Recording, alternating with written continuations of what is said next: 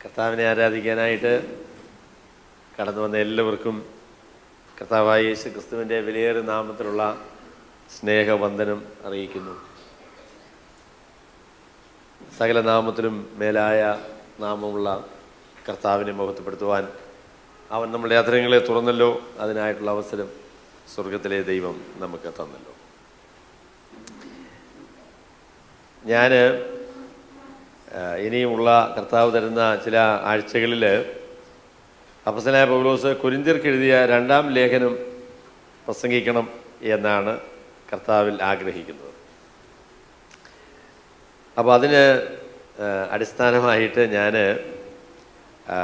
കൊരിന്ത്യ ലേഖനത്തിലേക്ക് 2 കൊരിന്ത്യർ 1-ാമത്തെ അധ്യായത്തിലേക്ക് നിങ്ങളെ ശ്രദ്ധയെ ക്ഷണിക്കുന്നു.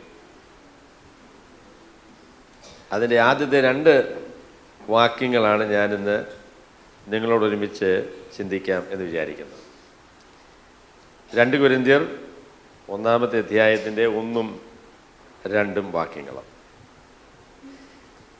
ദൈവേഷ്ടത്താൽ ക്രിസ്തുയേശുവിൻ്റെ അപ്പസ്തലനായ പൗലോസും സഹോദരനായ തിമോഥെയോസും കൊരിന്ത്യയിലെ ദൈവസഭയ്ക്കും അഖായിൽ എല്ലായിടത്തുമുള്ള സകല വിശുദ്ധന്മാർക്കും കൂടെ എഴുതുന്നത്, നമ്മുടെ പിതാവായ ദൈവത്തിങ്കിൽ നിന്നും കർത്താവായ യേശു ക്രിസ്തുവിങ്കിൽ നിന്നും നിങ്ങൾക്ക് കൃപയും സമാധാനവും ഉണ്ടാകട്ടെ. ടോം ഹോളണ്ട് എന്ന പ്രസിദ്ധനായ കേംബ്രിഡ്ജ് ഹിസ്റ്റോറിയൻ, അദ്ദേഹം പുരാതന ലോകത്തെക്കുറിച്ചുള്ളതായിരിക്കുന്ന അനേക ഗ്രന്ഥങ്ങൾ രചിച്ചിട്ടുള്ള പ്രഗത്ഭനായ ഒരു ചരിത്രകാരനാണ്. അദ്ദേഹം ഒരു വിശ്വാസിയല്ല. അദ്ദേഹം അപ്പോസ്തലനായ പൗലോസിനെ കുറിച്ച് പറഞ്ഞ ഒരു പ്രസ്താവന ഞാൻ ഇവിടെ ആവർത്തിക്കുന്നു. അദ്ദേഹം പറഞ്ഞു, ലോകത്തിൻ്റെ ചരിത്രത്തെ ഏറ്റവും അധികം സ്വാധീനിച്ചതായിരിക്കുന്ന എഴുത്ത് അപ്പോസ്തലനായ പൗലോസ് എഴുതിയതായിരിക്കുന്ന ലേഖനങ്ങളും പിന്നെ സുവിശേഷങ്ങളുമാണ് എന്ന് അദ്ദേഹം പറഞ്ഞു. ലോകത്തെ സ്വാധീനിച്ച, ലോകത്തിൻ്റെ ചരിത്രത്തെ സ്വാധീനിച്ച, ലോകത്തിൻ്റെ സംസ്കാരത്തെ സ്വാധീനിച്ച് ഇതിനേക്കാളും സ്വാധീനമുള്ളതായിരിക്കുന്ന ഗ്രന്ഥങ്ങൾ ലോകത്തിൻ്റെ ചരിത്രത്തിൽ ആരും എഴുതിയിട്ടില്ല എന്നാണ് അദ്ദേഹം അതിനെക്കുറിച്ച് പറഞ്ഞത്. ഒരു അവിശ്വാസിയുടെ വായിൽ നിന്ന് വന്ന വാക്കുകളായതുകൊണ്ട് എനിക്ക് അതിന് ചില പ്രത്യേക ഒരു സന്തോഷം തോന്നി. അപ്പോസ്തലനായ പൗലോസ് ലോകത്തിൻ്റെ ചരിത്രത്തെ ഏറ്റവും സ്വാധീനിച്ചതായിരിക്കുന്ന ഒരു മനുഷ്യനാണ്. കർത്താവായ യേശു ക്രിസ്തു കഴിഞ്ഞാൽ ക്രിസ്തീയ വിശ്വാസത്തിൽ ഏറ്റവും അധികം പ്രാധാന്യമുള്ള, ഏറ്റവും അധികം ശ്രദ്ധേയനായിരിക്കുന്ന വ്യക്തി അപ്പോസ്തലനായ പൗലോസാണ്. അദ്ദേഹം കൊരിന്ത്യയിൽ വരുന്നതിനെക്കുറിച്ച് നമ്മൾ അപ്പോസ്തല പ്രവൃത്തി 18-ാമത്തെ അധ്യായത്തിൽ നമ്മൾ വായിക്കുന്നുണ്ട്. അദ്ദേഹത്തിൻ്റെ 2-ാമത്തെ മിഷനറി യാത്രയിലാണ് അദ്ദേഹം കൊരിന്ത്യയിൽ വരുന്നത്. താൻ ത്രോവാസിൽ ആയിരിക്കുന്ന സമയത്ത് ഒരു രാത്രി ദർശനത്തിൽ ഒരു മനുഷ്യൻ മക്കദോന്യയിൽ നിന്നുകൊണ്ട് ഞങ്ങളെ വന്ന് സഹായിക്കണം എന്ന് പറയുന്ന ഒരു ദർശനം താൻ കണ്ടു. അത് ദൈവം മക്കദോന്യയിലേക്ക് ചെല്ലുവാനായിട്ട് തന്നെക്കുറിച്ച് ഉദ്ദേശിക്കുന്നു എന്ന് താൻ മനസ്സിലാക്കി താൻ മക്കദോന്യയിലേക്ക് വരുന്നു. ആദ്യമായിട്ട് വന്നത് നമുക്കറിയാം ഫിലിപ്പിയ എന്ന് പറയുന്ന പട്ടണമാണ്. അതിനുശേഷം താൻ താഴോട്ട് വന്നു, തെസ്സലോനിക്കയിൽ വന്നു, പിന്നെ അതിൽ നിന്ന് താഴോട്ട് വന്നു ബെറോവയിൽ താൻ വന്നു. അതിനുശേഷം താഴേക്ക് വന്നാൽ ഗ്രീസാണ്, അഥേനയിൽ താൻ എത്തി. അവിടെ ലോകത്തിൻ്റെ ചരിത്രത്തിൽ ഏറ്റവും അധികം തത്വചിന്തകന്മാരെ സൃഷ്ടിച്ചിട്ടുള്ളതായിരിക്കുന്ന ഒരു സമൂഹമാണ് ഗ്രീക്ക് യവന ചിന്തകന്മാരെന്ന് പറയുന്ന സോക്രട്ടീസ്, പ്ലേറ്റോ, അരിസ്റ്റോട്ടിൽ മുതലായിരിക്കുന്ന ഒരുപാട് ചിന്തകന്മാരെ ഉളവാക്കിയ ഒരു സംസ്കാരമാണ് ഗ്രീസ്. അപ്പോൾ അവിടെ ഉള്ളതായിരിക്കുന്ന തത്വചിന്തകന്മാരുമായിട്ട് താൻ വാദപ്രതിവാദത്തിൽ ഡിബേറ്റിൽ ഏർപ്പെട്ടതും അരബയോഗ കുന്നിൽ താൻ പ്രസംഗിക്കുന്നതും നമുക്ക് 17-ാമത്തെ അധ്യായത്തിൽ വായിക്കാനായിട്ട് സാധിക്കും. അവിടെ നിന്നാണ് പിന്നെയും താൻ കിഴക്കോട്ട് യാത്ര ചെയ്ത് താൻ കൊരിന്ത്യയിൽ വരുന്നത്. നിങ്ങൾ ബൈബിളിൻ്റെ അവസാന പേജുകളിൽ അപ്പോസ്തലനായ പൗലോസിൻ്റെ മിഷനറി യാത്ര എന്നൊക്കെ പറഞ്ഞുള്ള പടങ്ങളുണ്ട്. അത് നിങ്ങൾ വല്ലപ്പോഴും എടുത്തൊന്ന് നോക്കണം. താൻ എങ്ങനെയാണ് യാത്ര ചെയ്തത് എന്ന് നിങ്ങൾക്ക് കാണാനായിട്ട് സാധിക്കും. അപ്പോൾ ഗ്രീസിൽ നിന്ന് കിഴക്കോട്ട് ഏജിയൻ കടലിടുക്ക് കടന്നാൽ കൊരിന്ത് എന്ന് പറയുന്നതായിരിക്കുന്ന പട്ടണത്തിൽ വരാനായിട്ട് സാധിക്കും. അവിടെ വലിയ തത്വചിന്തകന്മാരുള്ളതായിരിക്കുന്ന ഒരു സ്ഥലമാണ് ഗ്രീസ് എങ്കിൽ തത്വചിന്തയ്ക്കൊന്നും അങ്ങനെ പ്രാധാന്യം കൊടുക്കാത്ത, ജഡീക ചിന്തകൾക്കും മനുഷ്യൻ്റെ ജഡീക വികാരങ്ങൾക്കും തൃപ്തി വരുത്തുവാനായിട്ട് ആഗ്രഹിക്കുന്ന ഒരു കൂട്ടം ജഡീകന്മാരായിരിക്കുന്ന ആളുകളാണ് കൊരിന്ത്യയിൽ ഉണ്ടായിരുന്നത്. അപ്പോൾ അവരുടെ മുദ്രാവാക്യം എന്ന് പറയുന്നത് തിന്നുക, കുടിക്കുക, നാളെ ചാകുമല്ലോ എന്നുള്ളതാണ് അവരുടെ ആശയമെന്ന് പറയുന്നത് അതാണ്. മാത്രമല്ല ഒരുപാട് ലൈംഗിക മ്ലേച്ഛതകൾ നടന്നതായിരിക്കുന്ന ഒരു നഗരമാണ് കൊരിന്ത് എന്ന് പറയുന്നത്. അതുപോലെ തന്നെ വലിയ ഒരു പോർട്ട് അല്ലെങ്കിൽ ഒരു വലിയ കപ്പൽ കേന്ദ്രമായിരുന്നു കൊരിന്ത്. നമുക്കറിയാമല്ലോ, കപ്പൽ യാത്രയിലുള്ള ആളുകൾക്ക് ദോഷം ചെയ്യാനുള്ള താല്പര്യം കൂടും. കാര്യം ഒരുപാട് നാൾ അവർ കുടുംബത്തിൽ നിന്നൊക്കെ അകന്ന് കപ്പലിൽ യാത്ര ചെയ്തതിന് ശേഷം കൊരിന്തിയിലാണ് സാധാരണഗതിയിൽ വന്ന് അവരുടെ ജഡീക ഇച്ഛകളൊക്കെ നിർവഹിക്കുന്ന ഒരു വളരെ മ്ലേച്ഛമായ ഒരു നഗരമായിരുന്നു കൊരിന്ത് എന്ന് പറയുന്നതായിരിക്കും നഗരം. മാത്രമല്ല അവിടുത്തെ ആരാധന, അഫ്രഡൈറ്റ് എന്ന് പറയുന്ന ഒരു ദേവി, അവർ വളരെ ലൈംഗിക പ്രാധാന്യം കൊടുത്തതായിരിക്കുന്ന ഒരു ക്ഷേത്രമാണ്. അവിടെ 1000-ലധികം വേശ്യമാരുണ്ടായിരുന്നു എന്നാണ് ചരിത്രത്തിൽ നമ്മൾ വായിക്കുന്നത്. വളരെ മ്ലേച്ഛമായ ഒരു ജീവിത ശൈലി നടത്തിയതായിരിക്കുന്ന ആളുകളാണ് കൊരിന്ത്യയിലുള്ളത്.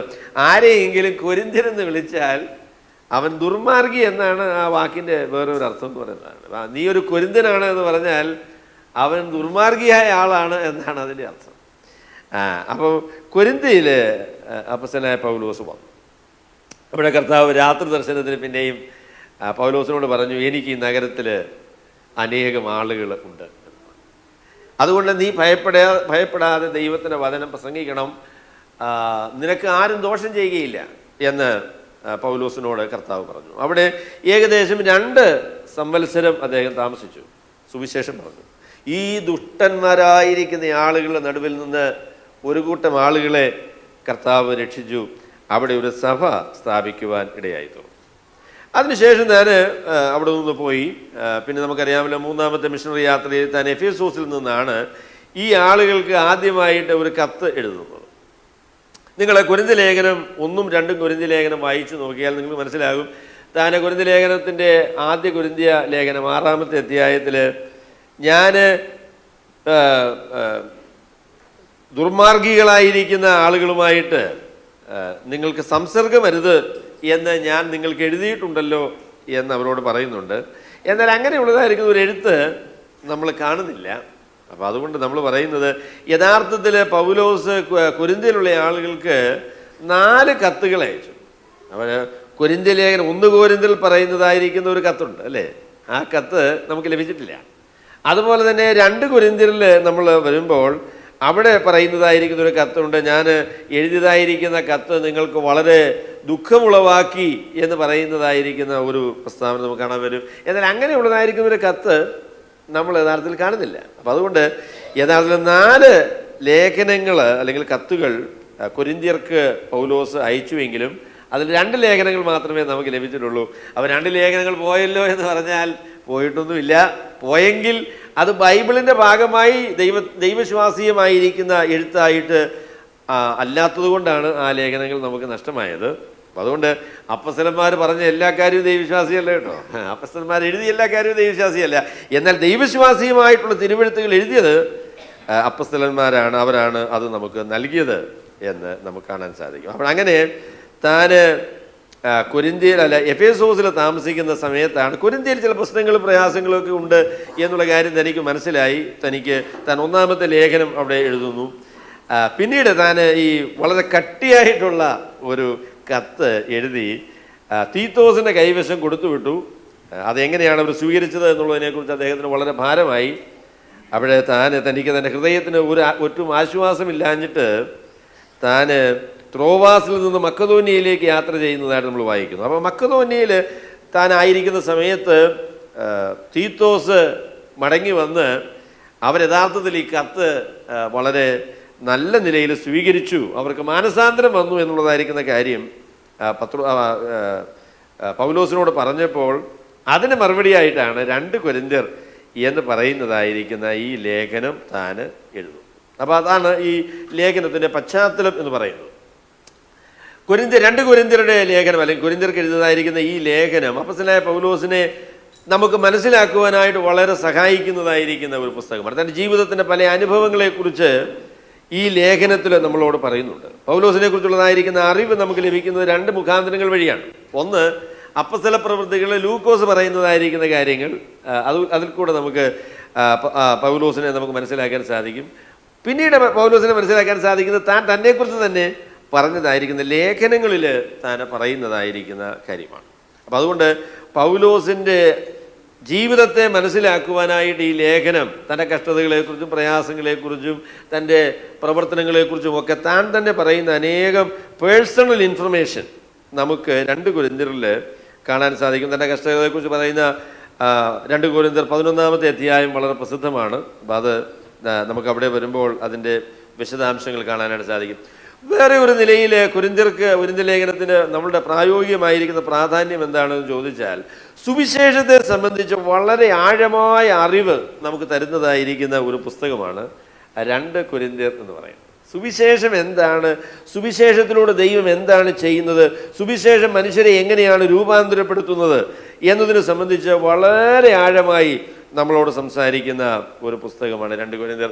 യഥാർത്ഥത്തിൽ 2 കൊരിന്ത്യർ ഞാൻ പ്രസംഗിക്കണമെന്ന് ആഗ്രഹിച്ചതിൻ്റെ കാരണവും സുവിശേഷം മനസ്സിലാക്കുവാനായിട്ട് ഈ പുസ്തകം നമ്മളെ എത്രത്തോളം സഹായിക്കുന്നു എന്നുള്ള ആ ഒരു കാഴ്ചപ്പാടിലാണ് ഞാനിത് നിങ്ങളോട് പ്രസംഗിക്കാനായിട്ട് മനസ്സ് വെച്ചത്.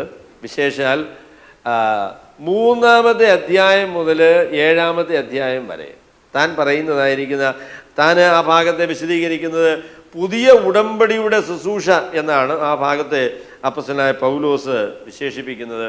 അത് സുവിശേഷത്തിൻ്റെ അതിമനോഹരമായിരിക്കുന്ന ഒരു വിശദീകരണമാണ്. സുവിശേഷത്തിൻ്റെ അതിമനോഹരമായ ഒരു വിശദീകരണമാണ് 3-ാമത്തെ അധ്യായം മുതൽ 7-ാമത്തെ അധ്യായം വരെയുള്ള പുതിയ ഉടമ്പടി,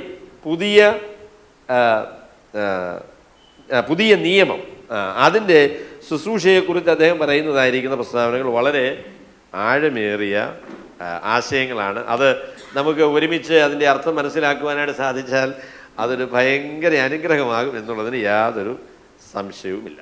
ശരി, ഈ വായിച്ച വാക്യത്തിലേക്ക് നമുക്ക് വരാം. സാധാരണഗതിയിൽ ഒരു പുസ്തകത്തിൻ്റെ ആരംഭവാക്യങ്ങൾ എങ്ങനെയാണ് നമ്മൾ കണക്കാക്കുന്നത്? എങ്ങനെയാണ് നിങ്ങൾ കണക്കാക്കുന്നത്? അത് ശ്രദ്ധിക്കാൻ ആവശ്യമില്ലാത്ത വാക്യങ്ങൾ എന്നാണ് നമ്മൾ സാധാരണ അതിനെക്കുറിച്ച് ചിന്തിക്കുന്നതല്ലേ. പെട്ടെന്ന് വായിച്ച് അതിനെക്കുറിച്ച് ചിന്തിക്കേണ്ട കാര്യമല്ലോ ഉണ്ടോ? അപ്പോസ്തലനായ പൗലോസ് ദൈവത്തിൻ്റെ ക്രിസ്തുവിൻ്റെ അപ്പോസ്തലനായ പൗലോസും സഹോദരനായ തിമോഥെയോസും കൊരിന്ത്യയിലെ ദൈവസഭയ്ക്കും കാര്യങ്ങൾ. ഓക്കെ, ഇപ്പം യഥാർത്ഥത്തിൽ ലേഖനം ആരംഭിക്കുന്നത് എവിടെയാ? അതൊക്കെ പറഞ്ഞു കഴിഞ്ഞതിന് ശേഷമാണ് ലേഖനം ആരംഭിക്കുന്നത് എന്ന ഒരു ചിന്തയാണ് നമുക്കുള്ളത്. ശരിയല്ല. ലേഖനം ആരംഭിക്കുന്നത് കൊരിന്ത്യ ലേഖനം 2 കൊരിന്ത്യർ 1-ാമത്തെ അധ്യായത്തിന് 1-ാം വാക്യത്തിൽ തന്നെയാണ്. അപ്പം അതിനെക്കുറിച്ച് കഴിഞ്ഞ ദിവസങ്ങളിൽ കേട്ട ഒരു പ്രസ്താവന എന്ന് പറയുന്നത്, ദൈവവചനമായിരിക്കുന്ന വിശുദ്ധ ബൈബിളിൽ ആവശ്യത്തിനുള്ള വാക്കുകൾ മാത്രമേ ഉപയോഗിച്ചിട്ടുള്ളൂ. ആവശ്യത്തിലധികമുള്ളതായിരിക്കുന്ന വാക്കുകളൊന്നും ഉപയോഗിച്ചിട്ടില്ല. വിശുദ്ധ ബൈബിളിൽ പറഞ്ഞിരിക്കുന്ന എല്ലാ വാക്യങ്ങളും ദൈവവിശ്വാസീയമാണ്. അതിൻ്റെതായിരിക്കുന്ന പ്രായോഗിക പ്രാധാന്യമുള്ളതായിരിക്കുന്ന വാക്യങ്ങളാണ്. പുതപ്പ് കൊണ്ടുവരാൻ മറന്നുപോയി എന്ന് പറഞ്ഞാൽ അതും ദൈവവിശ്വാസീയമായിരിക്കുന്ന പ്രസ്താവനയാണ്. അതിൻ്റെതായിരിക്കുന്ന പ്രായോഗികമായിരിക്കുന്ന പ്രാധാന്യം ആ വാക്യങ്ങൾക്ക് ഉണ്ട്. അവിടെ പൗലോസ് ഇവിടെ പറയുന്ന ആദ്യത്തെ 3 കാര്യങ്ങളാണ് 1-ഉം 2-ഉം വാക്യങ്ങൾ പറയുന്നത്. അത് തിരിക്കാനായിട്ട് എളുപ്പമാണ്. അപ്പം 3 പോയിന്റാണ് എൻ്റെ പ്രസംഗത്തിനുള്ളത്. കാര്യം 3 കാര്യങ്ങളാണ് അപ്പോസ്തലനായ പൗലോസ് പറയുന്നത്. ഇതാരാണ് എഴുതിയത്, എഴുത്തുകാരൻ ആരാണ്, അതാണ് 1-ാമത്തെ കാര്യം. ആർക്കാണ് എഴുതിയത്, അതാണ് 2-ാമത്തെ കാര്യം. അവർക്ക് നൽകുന്നതായിരിക്കുന്ന അഭിവാദനം, അവരോട് പറയുന്നതായിരിക്കുന്ന അഭിവാദനം അല്ലെങ്കിൽ ഗ്രീറ്റിംഗ്, അതാണ് 3-ാമത്തെ കാര്യം. അങ്ങനെ 3 കാര്യങ്ങളാണ് ഈ 2 വാക്യങ്ങളിൽ അപ്പോസ്തലനായ പൗലോസ് പറയുന്നത്. ആരാണ് എഴുതിയത്, ആർക്കാണ് ഇത് എഴുതിയത്, പിന്നെ അവർക്ക് ഉള്ളതായിരിക്കുന്ന അഭിവാദനം. അങ്ങനെ 3 നിലയിലാണ് ഈ ആദ്യത്തെ 2 വാക്യങ്ങൾ ഇരിക്കുന്നത്. അപ്പം ആരാണ് ഈ ലേഖനം എഴുതിയത് എന്നുള്ളത് പറയുമ്പോൾ അദ്ദേഹം പറയുന്ന അത് 3 കാര്യങ്ങൾ അദ്ദേഹം ആ പ്രസ്താവനയിൽ പറയുന്നുണ്ട്. താൻ ആരാണ് എന്നുള്ളതിനെക്കുറിച്ച്, ഇത് എഴുതിയ ആൾ ആരാണ് എന്നുള്ളതിനെക്കുറിച്ച്, പിന്നെ എഴുതിയ ആൾ ആ നിലയിൽ എത്തിച്ചേരാനായിട്ടുള്ള കാരണം എന്താണ് എന്ന്, പിന്നെ തൻ്റെ കൂടെ ഉള്ളതായിരിക്കുന്ന ആൾ ആരാണ്. അങ്ങനെ 3 കാര്യങ്ങളും അദ്ദേഹം അവിടെ പറയുന്നുണ്ട്. അപ്പോൾ ആദ്യമേ ഇത് എഴുതിയ ആൾ ആരാണെന്ന് ചോദിച്ചാൽ അപ്പോസ്തലനായ പൗലോസ്. ഗ്രീക്കിലും ഇംഗ്ലീഷിലും നിങ്ങൾ വായിച്ചാൽ പോൾ എന്നുള്ളതാണ് ആദ്യത്തെ പ്രസ്താവന. പോൾ ദി അപ്പോസ്റ്റൽ എന്നാണ് ഈ ലേഖനം തുടങ്ങുന്നത് എന്ന് നമുക്ക് അറിയാം. അതുകൊണ്ട് പൗലോസ് എന്നുള്ളതായിരിക്കുന്ന ആ പ്രസ്താവന തന്നെ നമുക്ക് തുടങ്ങാം. പൗലോസ് എന്ന് പറയുന്നതായിരിക്കുന്ന പേര് അങ്ങനെയല്ല നമ്മൾ ആദ്യമേ പൗലോസിനെ പരിചയപ്പെടുന്നത്. അങ്ങനെയാണോ? അല്ല. നമ്മൾ അപ്പോസ്തല പ്രവൃത്തിയിൽ എങ്ങനെയാണ് പൗലോസിനെ കാണുന്നത്? ശൗല് എന്ന് പറഞ്ഞാണ് നമ്മൾ അപ്പോസ്തല പ്രവൃത്തികളിൽ പൗലോസിനെ പരിചയപ്പെടുന്നത്. അദ്ദേഹത്തിൻ്റെ പേര് ശൗല് എന്നുള്ളതിൽ നിന്ന് പൗലോസിലേക്ക് മാറുന്നത് 13-ാമത്തെ അധ്യായത്തിൻ്റെ 6-ാമത്തെ വാക്യത്തിലാണ്. ശൗല് എന്ന പേരുള്ള പൗലോസ് എന്ന് പറഞ്ഞ് ലൂക്കോസ് അദ്ദേഹത്തിൻ്റെ പേര് മാറ്റുകയാണ്. പൗലോസ് എന്നാണ് പിന്നീട് അദ്ദേഹത്തെക്കുറിച്ച് പറയുന്നത്. പിന്നെ 22-ാമത്തെ അധ്യായത്തിൽ തന്നെ സാക്ഷ്യം പറയുമ്പോൾ ശൗലേ ശൗലേ നീ എന്നെ ഉപദ്രവിക്കുന്നത് എന്ത് എന്ന് ചോദിക്കുന്നൊരു ചോദ്യമുണ്ട്. അവിടെ ശൗൽ എന്നുള്ളതായിരിക്കുന്ന ആ വാക്ക് നമുക്ക് പിന്നെയും കാണാനായിട്ട് സാധിക്കും. അപ്പോൾ പൗലോസ് എന്ന് പറയുന്നതായിരിക്കുന്ന പേര് എങ്ങനെയാണ് ശൗലിന് കിട്ടിയത് എന്നുള്ളത് ഒരു ചോദ്യമാണ്. അപ്പോൾ അതിന് കത്തോലിക്ക ഒക്കെ പറയുമ്പോൾ പറയും പട്ടം കിട്ടുമ്പോൾ പേര് മാറ്റുമെന്ന്. അങ്ങനെ അവർ അതിനെക്കുറിച്ച് പറയാം. പട്ടം കിട്ടുമ്പോഴത്തേക്കും പേര് മാറ്റും. ശരി. അവിടെ സാധാരണ യോന്നാച്ചൻ ബിഷപ്പാവും എന്ത് ചെയ്യും? കുർലോസ് മാർ കോന്താലിയോസ് എന്നുള്ളതായിരിക്കുന്ന ഒരു പേര് അദ്ദേഹം സ്വീകരിക്കും. അപ്പോൾ സാധാരണ ഇതിലുള്ളതായിരിക്കുന്ന പേരൊക്കെ മാറിയതിനു ശേഷം പിന്നെ മനുഷ്യർക്കാർക്ക് മനസ്സിലാകാത്തൊരു പേര് അദ്ദേഹത്തിന് കിട്ടും. അങ്ങനെയാണോ പൗലോസ് ആയത്? പൗലോസ് മാർ അല്ലേ? അങ്ങനെയൊന്നും അങ്ങനെ മാറിയൊന്നുമല്ല. പൗലോസ് എന്നുള്ളതായിരിക്കുന്ന പേരെങ്ങനെയാണ് എന്നുള്ളതിനെ കുറിച്ച് രണ്ട് അഭിപ്രായങ്ങളുണ്ട്. അതിലേത് അഭിപ്രായം നിങ്ങൾ സ്വീകരിച്ചാലും എനിക്ക് വിരോധമില്ല. ഓഗസ്റ്റീൻ എന്ന് പറയുന്നതായിരിക്കുന്ന സഭാപിതാവ് പറയുന്ന കാര്യം പൗലോസ് സ്വയം സ്വീകരിച്ചതായിരിക്കുന്ന ഒരു പേരാണ്. ശൗല് സ്വയം സ്വീകരിച്ചതായിരിക്കുന്ന ഒരു പേരാണ് പൗലോസ് എന്നാണ് അതിനെക്കുറിച്ച് അദ്ദേഹം പറയുന്നത്. കാരണം എന്താണെന്ന് ചോദിച്ചാൽ പൗലോസ് എന്നുള്ള വാക്കിൻ്റെ അർത്ഥം എന്താണെന്നറിയാമോ? ചെറിയവൻ എന്നാണ് അതിൻ്റെ സ്മോൾ. അപ്പം താനെ വിശ്വാസിയായി കഴിഞ്ഞപ്പോൾ പൗലോസ് തൻ്റെ വലിപ്പമൊക്കെ ഉപേക്ഷിച്ചു. ഇനി ഒരു ചെറിയ ആള് എന്നുള്ള രീതിയിലുള്ള പരിഗണന മതിയാകും എന്ന് താൻ തീരുമാനിച്ചു. അതിൻ്റെ അടിസ്ഥാനത്തിൽ ഇനി എന്നെ പൗലോസ് എന്ന് വിളിച്ചാൽ മതി എന്ന് അദ്ദേഹം തീരുമാനിച്ചതാണ് എന്നാണ് ഓഗസ്റ്റീൻ എന്ന് പറയുന്നതായിരിക്കുന്ന സഭാപിതാവ് എങ്ങനെയാണ് പറയുന്നത്. നമുക്ക് അങ്ങനെയാണെന്ന് നമുക്കറിയില്ല. എന്നാൽ പൊതുവെ ഇന്ന് സ്വീകരിച്ചിട്ടുള്ളതായിരിക്കുന്ന പൗലോസ് എന്നുള്ളതായിരിക്കുന്ന പേരിൻ്റെ കാരണമെന്ന് പറയുന്നത് റോമാ പൗരന്മാർക്ക് 2 പേരുണ്ട്. അവർക്ക് നൽകിയതായിരിക്കുന്ന ഒരു വീട്ടിൽ കൊടുത്തതായിരിക്കുന്ന ഒരു പേരും ഔദ്യോഗികമായിരിക്കുന്ന ഒരു കോഗ്നോമൻ എന്നാണ് എന്ന് പറയുന്നത്. അപ്പം അതാണ് പൗലോസ് എന്നുള്ളതായിരിക്കുന്ന പേര്. അപ്പം റോമാ പൗരൻ എന്നുള്ള നിലയിലുള്ളതായിരിക്കുന്നതിൻ്റെ ആ ഔദ്യോഗികമായിരിക്കുന്ന പേരാണ് അപ്പോസ്തല പ്രവൃത്തികളിലും പിന്നീട് പൗലോസും ഉപയോഗിച്ചിട്ടുള്ള പേര് എന്നാണ് പൊതുവെ അംഗീകരിക്കപ്പെട്ടതായിരിക്കുന്ന ഒരു വിശദീകരണം. അങ്ങനെയാണ്. റോമാ പൗരൻ എന്ന് പറഞ്ഞാൽ ഒരു വലിയ പരിപാടിയായിരുന്നു കേട്ടോ. വളരെ പ്രസിദ്ധമായിരിക്കുന്ന, വളരെ സ്ഥാനമുള്ളതായിരിക്കുന്ന, ഉന്നതമായിരിക്കുന്ന ഒരു സ്ഥാനമാണ് റോമാ പൗരൻ എന്ന് പറയുന്നത്. പോലീസുകാർ തല്ലാൻ വരുമ്പോൾ റോമാ പൗരനെന്ന് പറഞ്ഞാൽ പേടിച്ച് പുറകോട്ട് മാറും. അവിടെ 22-ാമത്തെ അധ്യായത്തിൽ അപ്പോസ്തല പ്രവൃത്തികൾ നമ്മൾ വായിക്കുന്നത് പൗലോസിനെ അവർ വാറുകൊണ്ട് കെട്ടുമ്പോൾ, അടിക്കാനായിട്ട് കോലുകൊണ്ട് അവനെ തല്ലാനായിട്ട് അവർ വാറുകൊണ്ട് കെട്ടുമ്പോൾ പൗലോസ് അടുത്ത് നിൽക്കുന്ന ശതാധിപനോട് ചോദിച്ചു വിചാരണ കഴിയാത്തതായിരിക്കുന്ന റോമാ പൗരനെ വാറുകൊണ്ട് ബന്ധിക്കുന്നത് ന്യായമാണോ എന്ന് ചോദിച്ചു. അപ്പോഴ് പെട്ടെന്ന് നീ റോമാ പൗരൻ തന്നെയോ എന്ന് ചോദിച്ചു. എന്നിട്ട് നേതാവിനോട് എന്ന് പറഞ്ഞു, ഇനി എന്താ ചെയ്യാൻ പോകുന്നത്? ഇവൻ റോമാ പൗരനാണ് എന്നുള്ള കാര്യം നിനക്ക് അറിയില്ലേ? അങ്ങനെ അറിയാമോ എന്ന് ചോദിച്ചു. പെട്ടെന്ന് വന്ന് പൗലോസിനോട് ചോദിച്ചു, പൗലോസെ നീ റോമാ പൗരനാണോ? നിനക്ക് എങ്ങനെയാണ് ഈ റോമാ പൗരത്വം കിട്ടിയത്? ഞാൻ റോമാ പൗരനായിട്ട് ജനിച്ച ഒരാളാണ് എന്ന് അദ്ദേഹം പറഞ്ഞു. ഉടനെ ആ ശതാധിപൻ പറഞ്ഞു, ഞാൻ ഒരുപാട് കാശ് കൊടുത്ത് സമ്പാദിച്ചൊരു കാര്യമാണ്, എന്നാൽ പൗലോസ് അങ്ങനെ ജനിച്ച ആളാണ് എന്നാണ് പറഞ്ഞത്. അപ്പോൾ അമേരിക്കൻ പൗരത്വം എന്ന് പറയുന്നത് ഇന്ന് വർത്തമാനകാലത്ത് ഒരു നല്ല കാര്യമാണ്. അമേരിക്കൻ പാസ്പോർട്ടുമായിട്ട് നമ്മൾ വിദേശ രാജ്യങ്ങളിലൊക്കെ ചെന്നാൽ അമേരിക്കൻ പാസ്പോർട്ടെന്ന് പറയുമ്പോൾ ഒരു പ്രത്യേക പരിഗണന കിട്ടും. ഇന്ത്യൻ പാസ്പോർട്ടുകാരനെ തൊഴിക്കുകയും ചെയ്യും. അവിടെ അങ്ങനെ ഒരു പ്രത്യേകതയുണ്ട്. എന്നാൽ അമേരിക്കൻ പാസ്പോർട്ട് പോലെ ഒന്നുമല്ല കേട്ടോ. റോമാ പൗരൻ എന്ന് പറയുന്നത് അന്നത്തെ റോമാ സാമ്രാജ്യത്തിൽ പകുതിയിലധികം ആളുകൾ അടിമകളായിരുന്നു കേട്ടോ. പിന്നെ സ്വതന്ത്രന്മാരായിരിക്കുന്ന കുറേ ആളുകൾ, പിന്നെ എലീറ്റ് ഗ്രൂപ്പ് എന്ന് പറയുന്നതാണ് റോമാ പൗരന്മാരെന്ന് പറയുന്നത്. അപ്പം ആ നിലയിലുള്ള ഒരാളായിരുന്നു അപ്പോസ്തലനായ പൗലോസ്. എന്നാൽ ആ വലിപ്പമൊന്നും അങ്ങനെ താൻ വിചാരിച്ചിട്ടില്ല. ഉപയോഗപ്പെടുന്ന സ്ഥലങ്ങളിൽ താനത് ഉപയോഗിച്ചു എന്നുള്ളത് ശരിയാണ്. അപ്പോൾ പൗലോസ് എന്നുള്ളതായിരിക്കുന്ന മാനസാന്തരപ്പെട്ടതായിരിക്കുന്ന ശൗല്. ശൗല് എന്ന് പറയുന്ന ആള് ക്രിസ്തീയ വിശ്വാസത്തിന് ഏറ്റവും എതിരായിട്ട് നിന്നയാളാണ്. എന്നാൽ ക്രിസ്തീയ വിശ്വാസത്തിന് ഏറ്റവും പ്രസിദ്ധനായ, ഏറ്റവും സമർത്ഥനായ, ഏറ്റവും ശ്രദ്ധേയനായിരിക്കുന്ന പ്രഘോഷകൻ എന്ന് പറയുന്നത് പൗലോസാണ്. പൗലോസ് ആരാണ് എന്നുള്ളതിനെക്കുറിച്ച് താൻ തന്നെ വിശദീകരിക്കുന്നത് അപ്പോസ്തലനായ പൗലോസ് എന്നാണ്. താൻ അപ്പോസ്തോലനാണ് എന്നുള്ളതായിരിക്കുന്ന കാര്യമാണ് താൻ പറയുന്നത്. ക്രിസ്തുയേശുവിൻ്റെ അപ്പോസ്തോലൻ, ക്രിസ്തുയേശുവിൻ്റെ അപ്പോസ്തോലൻ. അപ്പം ആരാണ് ഈ അപ്പോസ്തോലൻ എന്നുള്ളതായിരിക്കുന്ന ചോദ്യമുണ്ട്. അവിടെ നിങ്ങൾ പുതിയ നിയമം വായിച്ചു വന്നാൽ, അല്ലെ, അപ്പോസ്തോലൻ എന്നുള്ളതായിരിക്കുന്ന ആ പേര് അല്ലെങ്കിൽ ആ വാക്കിൻ്റെ ഔദ്യോഗികമായിരിക്കുന്ന അർത്ഥമെന്ന് പറയുന്നത്, അതിൻ്റെ സാധാരണ അർത്ഥമെന്ന് പറയുന്നത്, ഒരു വ്യക്തിയെ സംബന്ധിച്ച് അല്ലെങ്കിൽ ഒരു വ്യക്തിയുടെ അധികാരം സ്വീകരിച്ച് അദ്ദേഹത്തെ പ്രതിനിധാനം ചെയ്യുവാനായിട്ട് പൂർണ്ണ അധികാരം ലഭിച്ചതായിരിക്കുന്ന പ്രതിനിധി എന്നാണ് അപ്പോസ്തോലൻ എന്ന് പറഞ്ഞാൽ അതിൻ്റെ അർത്ഥം. ഇപ്പോൾ ഒരാൾ അദ്ദേഹത്തിന്, നമ്മൾ ഇപ്പം പറയുമല്ലോ, എന്താ പറയുന്നത് വക്കീൽ സഹോദര, power of attorney, power of അറ്റോർണികളൊക്കെ കൂടിയതാണ് കേട്ടോ. അപ്പോൾ പവർ ഓഫ് അറ്റോർണി ഉള്ള ആളെന്നല്ല, ഒരാളിനെ പ്രതിനിധാനം ചെയ്യുവാൻ അദ്ദേഹത്തിൻ്റെ ഔദ്യോഗിക പ്രതിനിധിയായി അദ്ദേഹം പറയുന്ന കാര്യങ്ങൾ അദ്ദേഹത്തിന് വേണ്ടി അംബാസഡറായിട്ട്, അംബാസഡറേക്കാളും കൂടുതലാണ് കേട്ടോ, അങ്ങനെയുള്ളതായിരിക്കുന്ന ഒരാളാണ് ഈ അപ്പോസ്തലൻ എന്ന് പറയുന്നതായിരിക്കുന്നയാൾ, ഔദ്യോഗികമായിരിക്കുന്ന പ്രതിനിധിയാണ്. അപ്പോൾ നമ്മൾ അപ്പോസ്തലന്മാരെ ആദ്യമായിട്ട് കാണുന്നത് കർത്താവിൻ്റെ ശിഷ്യന്മാരെ തിരഞ്ഞെടുക്കുന്നതായിരിക്കുന്ന അവസരത്തിലാണ്.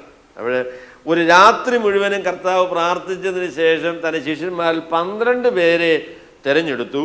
ആ 12 പേരെ അപ്പോസ്തോലന്മാരെന്ന് വിളിച്ചു എന്നാണ് ലൂക്കോസ് 6-ാമത്തെ അധ്യായത്തിൽ അതിനെക്കുറിച്ച് പറയുന്നത്. അവിടെ അപ്പോസ്തോലന്മാരെന്ന് പറഞ്ഞാൽ കർത്താവായ യേശു ക്രിസ്തുവിൻ്റെ 12 ശിഷ്യന്മാരെന്നാണ് അതിൻ്റെ ആദ്യത്തെ അർത്ഥമെന്ന് പറയുന്നതാണ്. കർത്താവ് തൻ്റെ ഔദ്യോഗിക പ്രതിനിധികളായി തന്നെ പ്രതിനിധാനം ചെയ്യുവാൻ, താൻ ചെയ്തതും പറഞ്ഞതുമായിരിക്കുന്ന കാര്യങ്ങൾ മറ്റുള്ളവരോട് പറയുവാൻ ഔദ്യോഗികമായി പരമേൽപ്പിച്ചതായിരിക്കുന്ന ആളുകളാണ് ഈ അപ്പോസ്തോലന്മാർ എന്ന് പറയുന്നതായിരിക്കുന്ന ആളുകൾ. അപ്പോൾ അപ്പോസ്തോലന്മാർ 12 പേരാണ്. അപ്പോൾ 12 പേരിൽ ഒരാൾ തനിക്ക് ലഭിച്ചതായിരിക്കുന്ന ആ സ്ഥാനം നഷ്ടപ്പെടുത്തി, തൻ്റെ അധ്യക്ഷ സ്ഥാനം നഷ്ടപ്പെടുത്തിയിട്ട് താൻ ശാപഗ്രസ്തനായിട്ട് നഷ്ടപ്പെട്ടു പോയി എന്ന് നമുക്കറിയാം. അതിൻ്റെ സ്ഥാനത്തേക്ക് വേറെ ഒരാളിനെ തിരഞ്ഞെടുത്തു. അപ്പം ഈ അപ്പോസ്തലനാകാനുള്ള യോഗ്യത എന്താ? അപ്പോസ്തലനാകാനുള്ള യോഗ്യത അത് അപ്പോസ്തല പ്രവൃത്തി 1-ാമത്തെ അധ്യായത്തിൽ പറഞ്ഞിട്ടുണ്ട്. എന്താണെന്നറിയാമോ യോഗ്യത? യോഹന്നാൻ തുടങ്ങി കർത്താവായ യേശു ക്രിസ്തുവിനോടുകൂടി, യോഹന്നാൻ സ്നാപകൻ തുടങ്ങി കർത്താവായ യേശു ക്രിസ്തു ഈ ലോകത്തിൽ ആയിരുന്ന സമയത്ത് താൻ ചെയ്തതായിരിക്കുന്ന അത്ഭുതങ്ങളും അടയാളങ്ങളും ഒക്കെ കണ്ട് കർത്താവായ യേശു ക്രിസ്തുവിൻ്റെ മരണത്തിനും പുനരുത്ഥാനത്തിനും സാക്ഷ്യം വഹിച്ചതായിരിക്കുന്ന ഒരാളായിരിക്കണം അപ്പോസ്തോലൻ എന്നാണ് അപ്പോസ്തല പ്രവൃത്തി 1-ാമത്തെ അധ്യായത്തിൽ പറയുന്നത്. അപ്പം ആ നിലയിലുള്ള അപ്പോസ്തലന്മാർ 12 ഉള്ളൂ കേട്ടോ. 12 അപ്പോസ്തലന്മാരാണ് ആ നിലയിൽ അപ്പോസ്തലനായിരിക്കുന്നത്. എന്നാൽ കൊരിന്ത്യ ലേഖനം 2 കൊരിന്ത്യർ അപ്പോസ്തലനായ പൗലോസിൻ്റെ വളരെ പ്രധാനപ്പെട്ടതായിരിക്കുന്ന ഒരു വാദഗതി എന്താണെന്ന് ചോദിച്ചാൽ ഞാൻ അപ്പോസ്തലനാണ് എന്നുള്ളതായിരിക്കുന്ന വാദഗതിയാണ്. 1 കൊരിന്ത്യർ 9-ാമത്തെ അധ്യായത്തിൽ അദ്ദേഹം പറയും, അതിശ്രേഷ്ഠതയുള്ള അപ്പോസ്തലന്മാരെക്കാൾ ഞാൻ ഒട്ടും കുറഞ്ഞവനല്ല. അവിടെ പൗലോസ് അപ്പോസ്തലനാകാനുള്ള കാരണത്തെക്കുറിച്ച് പറഞ്ഞപ്പോൾ അദ്ദേഹം പറയുന്നത്, നമ്മുടെ കർത്താവായ യേശു ക്രിസ്തുവിനെ ഞാൻ കണ്ടിട്ടില്ലയോ. അപ്പം കർത്താവായ യേശു ക്രിസ്തു പുനരുത്ഥാനം ചെയ്തതിന് ശേഷം പ്രത്യക്ഷപ്പെട്ട ചുരുക്കം ആളുകൾ ഒരാളാണ് അപ്പോസ്തലനായ പൗലോസ്. അല്ലെങ്കിൽ ദമസ്കോസിന്റെ പടിവാതിക്കൽ വെച്ച് കർത്താവായ യേശു ക്രിസ്തുവിന്റെ ദർശനമെന്ന് പറയുന്നത് പുനരുത്ഥാനം പ്രാപിച്ചതായിരിക്കുന്ന കർത്താവ് പത്രോസിനും യോഹന്നാനും ശിഷ്യന്മാർക്കും ഒക്കെ പ്രത്യക്ഷപ്പെട്ടതുപോലെയുള്ള അതേ നിലയിലുള്ള ഒരു പ്രത്യക്ഷതയാണ് അപ്പോസ്തലനായ പൗലോസിന് ഉണ്ടായത് എന്നാണ് താൻ അവകാശപ്പെടുന്നത്. അപ്പം കർത്താവ് പ്രത്യേകമായി പ്രത്യക്ഷപ്പെട്ട് പ്രത്യേകമായ രീതിയിൽ തന്നെ തിരഞ്ഞെടുത്ത് പ്രത്യേകമായിരിക്കുന്ന ഒരു ദൗത്യം തന്നെ പരമേൽപ്പിച്ചിരിക്കുന്നു. ഈ സുവിശേഷം പറയുവാനുള്ള അവകാശം പ്രത്യേകമായിട്ട് ഉത്തരവാദിത്വം തന്നെ ഏൽപ്പിച്ചിരിക്കുന്നു എന്നുള്ളതായിരിക്കുന്ന കാര്യമാണ് പൗലോസ് പറയുന്നത്. അപ്പം അതുകൊണ്ട് പൗലോസ് പ്രത്യേകമായിട്ട് കർത്താവായ യേശു ക്രിസ്തുവിനാൽ നിയോഗിക്കപ്പെട്ടതായിരിക്കുന്ന ഒരു അപ്പോസ്തലനാണ്. 12 അപ്പോസ്തലന്മാരെ പോലെ തന്നെ അധികാരമുള്ള അതേ നിലയിൽ തന്നെ കർത്താവായ യേശു ക്രിസ്തുവിനെ പ്രതിനിധാനം ചെയ്ത് കർത്താവ് പറഞ്ഞ കാര്യങ്ങൾ, കർത്താവിനെ സംബന്ധിച്ചുള്ള കാര്യങ്ങൾ കർത്താവിന് വേണ്ടി കർത്താവിൻ്റെ സ്ഥാനത്ത് നിന്നുകൊണ്ട് പറയുവാനായിട്ട് അവകാശമുള്ള ഒരാളാണ് അപ്പോസ്തലനായ പൗലോസ്. അപ്പോൾ അദ്ദേഹത്തെ പത്രോസിനോട് ചേർത്ത് ഗലാത്യ ലേഖനത്തിൽ പറയുന്നത് നമ്മൾ വായിക്കുന്നുണ്ട്. യഹൂദന്മാരുടെ ഇടയിലുള്ളതായിരിക്കുന്ന സുവിശേഷ വേല പത്രോസിനെ ഏൽപ്പിച്ചതുപോലെ ജാതികളുടെ ഇടയിലുള്ളതായിരിക്കുന്ന വേല പൗലോസിനെ ഏൽപ്പിച്ചിരിക്കുന്നു. അതുകൊണ്ട് പൗലോസിൻ്റെ ഔദ്യോഗികമായിരിക്കുന്ന നാമധേയം ജാതികളുടെ അപ്പോസ്തോലനായിരിക്കുന്ന പൗലോസ് എന്നാണ്. ജാതികളുടെ അപ്പോസ്തോലനാണ്. യഹൂദന്മാരുടെ ഉള്ള അപ്പോസ്തലൻ എന്ന് പറയുന്നത് പത്രോസാണ് എങ്കിൽ ജാതികളുടെ ഇടയിലുള്ളതായിരിക്കുന്ന ജാതികളോട് സുവിശേഷം പറയുവാൻ, സുവിശേഷം വിശദീകരിക്കുവാൻ ദൈവം ഏൽപ്പിച്ചതായിരിക്കുന്നയാളാണ് പൗലോസ്. അപ്പം അതുകൊണ്ട് പൗലോസിൻ്റെ ലേഖനം എന്ന് പറയുന്നത് ഭക്തനായിരിക്കുന്ന മനുഷ്യൻ്റെ സാരോപദേശങ്ങളല്ല. അപ്പോസ്തലനായ പൗലോസിൻ്റെ എഴുത്ത് എന്ന് പറയുന്നത് ഒരു ഭക്തനായിരിക്കുന്ന മനുഷ്യൻ നമ്മളോട് പറയുന്നതായിരിക്കുന്ന നല്ല ഉപദേശങ്ങളല്ല. പിന്നെയോ കർത്താവായ യേശു ക്രിസ്തു തെരഞ്ഞെടുത്ത് ഈ വചനം പറയുവാനായിട്ട് പരമേൽപ്പിച്ച് ദൈവം അധികാരം നൽകിയതായിരിക്കുന്ന അപ്പോസ്തോലനായിട്ടാണ് പൗലോസ് സംസാരിക്കുന്നത്. അതുകൊണ്ട് പൗലോസിൻ്റെ പ്രസ്താവന, ഈ ലേഖനങ്ങളിലുള്ളതായിരിക്കുന്ന എഴുത്തെന്ന് പറയുന്നത് യേശു ക്രിസ്തു പറഞ്ഞ അതേ പ്രാധാന്യമുള്ള അതേ നിലയിലുള്ളതായിരിക്കുന്ന പ്രസ്താവനകളാണ്, അല്ലെങ്കിൽ ആ അധികാരമാണ് പൗലോസിൻ്റെ പ്രസ്താവനയ്ക്ക് ഉള്ളത്. പൗലോസ് പറഞ്ഞ വേറെ ഒരു കാര്യം എന്താണെന്ന് ചോദിച്ചാൽ, ഈ അപ്പോസ്തോലത്വം എന്ന് പറയുന്നത് സഭയോ സമുദായമോ തന്നെ ഏൽപ്പിച്ചതായിരിക്കുന്ന ഒരു കാര്യമല്ല. സഭയിലുള്ള ചില ആളുകൾ പ്രാർത്ഥിച്ച് പൗലോസിനെ അപ്പോസ്തലനാക്കാം എന്ന് തീരുമാനിച്ചത് കൊണ്ട് അപ്പോസ്തലനായതല്ല. പൗലോസിന്റെ അപ്പോസ്തലത്വത്തെ കുറിച്ച് ഞാൻ എന്താ പറയുന്നത്? ഗലാത്യ ലേഖനം 1-ാമത്തെ അധ്യായത്തിൽ എന്താ റോയ് പോൾ സഹോദര പറയുന്നേ? മനുഷ്യനിൽ നിന്നല്ല, മനുഷ്യനാലുമല്ല, കർത്താവായ യേശു ക്രിസ്തുവിനാലും പിതാവായ ദൈവത്താലും അപ്പോസ്തലനായ. അപ്പൊ പൗലോസ് അപ്പോസ്തലനായത് ആരും തന്നെ മേൽ കൈവച്ചത് കൊണ്ടല്ല, അനന്യാസ് കൈവച്ചത് കൊണ്ടല്ല, അതുപോലെ തന്നെ അന്ത്യോക്യയിലുള്ളതായിരിക്കുന്ന സഭ അദ്ദേഹത്തിന്റെ മേൽ കൈവച്ചത് കൊണ്ട് എനിക്ക് കിട്ടിയതായിരിക്കുന്ന കാര്യമല്ല. ഇത് കർത്താവായ യേശു ക്രിസ്തുവിങ്കിൽ നിന്ന് നേരിട്ട് പ്രാപിച്ചതായിരിക്കുന്ന അപ്പോസ്തലത്വമാണ്.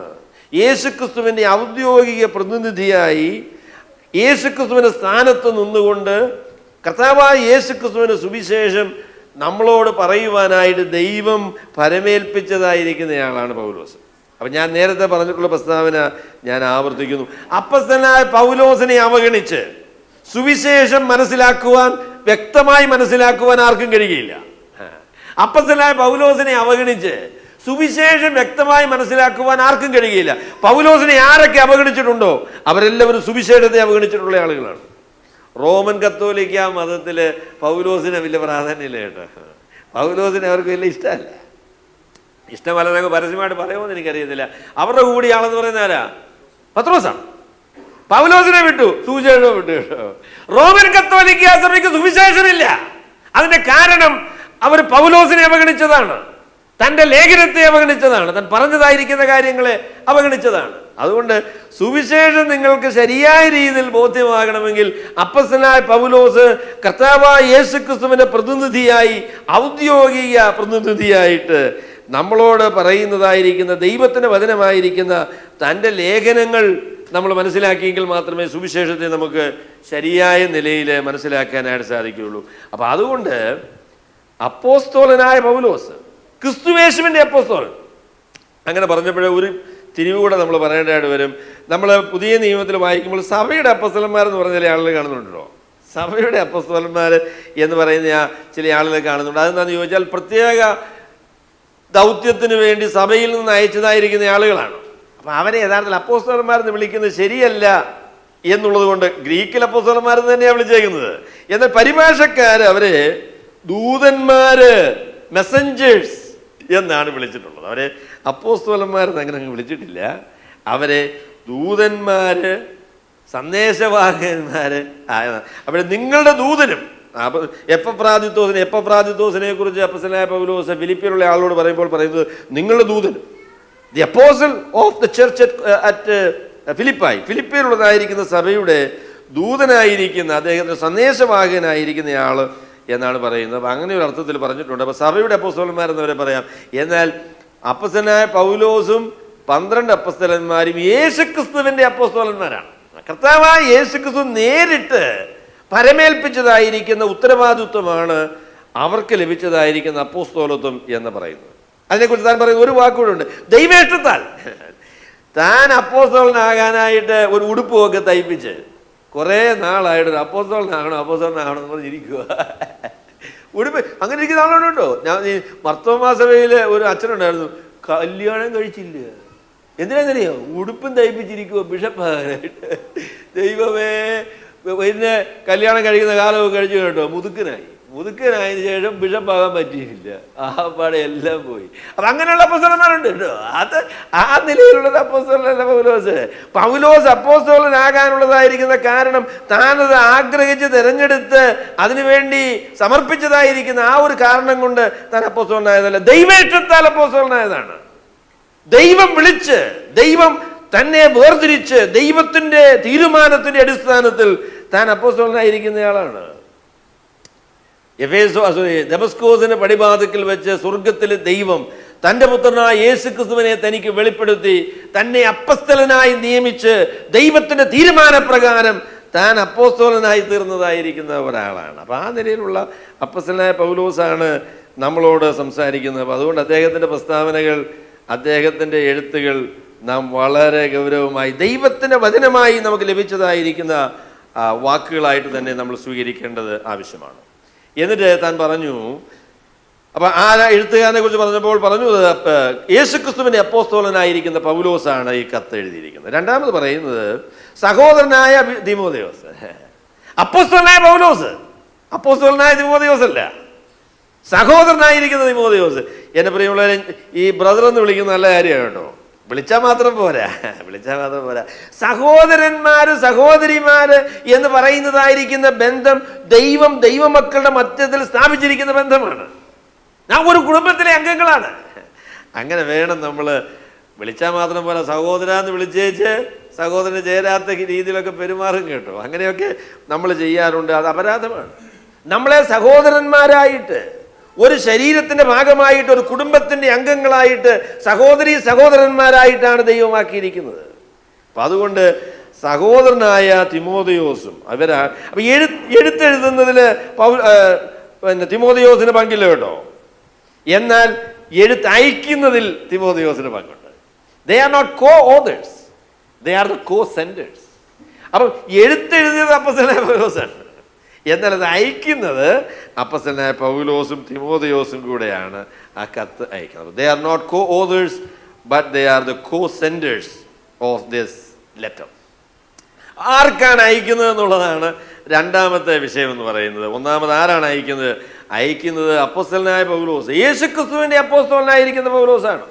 യേശുക്രിസ്തുവിന്റെ ഔദ്യോഗിക പ്രതിനിധിയായിട്ട് യേശുക്രിസ്തുവിന് പകരം നിന്നുകൊണ്ട് സംസാരിക്കുവാൻ കഴിയുന്ന, ദൈവം തെരഞ്ഞെടുത്ത, ദൈവം നിയോഗിച്ചതായിരിക്കുന്ന വ്യക്തിയാണ് അപ്പോസ്തലനായ പൗലോസ്. എഴുതുന്നത് ആർക്കാണെന്ന്? കൊരിന്ത്യയിലെ ദൈവസഭയ്ക്ക്, മാത്രമല്ല അഖായിൽ എല്ലായിടത്തുമുള്ള സകല വിശുദ്ധന്മാർക്കും. രണ്ട് കാര്യങ്ങൾ ഞാൻ അതിനെക്കുറിച്ച് പറയാൻ ആഗ്രഹിക്കുന്നു. ഇത് എഴുതുന്നത് ദൈവത്തിൻ്റെ സഭയ്ക്കാണ്.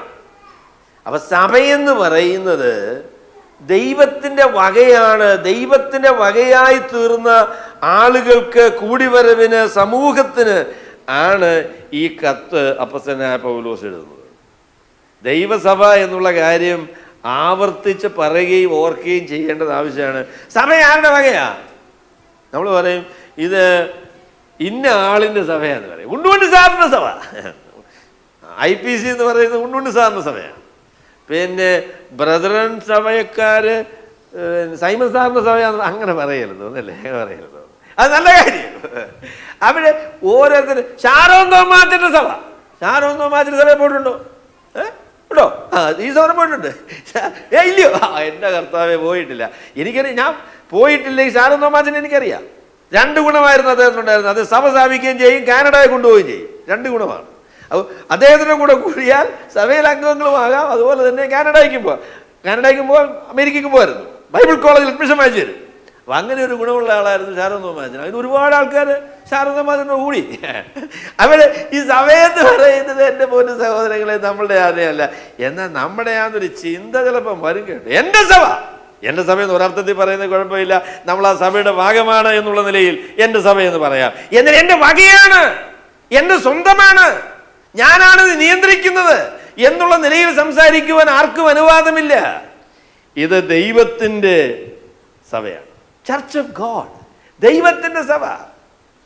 ചർച്ച് എന്നുള്ളതായിരിക്കുന്ന ഇംഗ്ലീഷ് പരിഭാഷയേക്കാളും നല്ലതാണ് സഭ എന്ന് പറയുന്നതായിരിക്കുന്ന മലയാള പരിഭാഷ. ഇംഗ്ലീഷിൽ അസംബ്ലി എന്നുള്ള വാക്കാണ് കുറച്ചുകൂടെ മെച്ചം. അസംബ്ലി ഓഫ് ഗോഡ്, ദൈവത്തിൻ്റെ സഭ.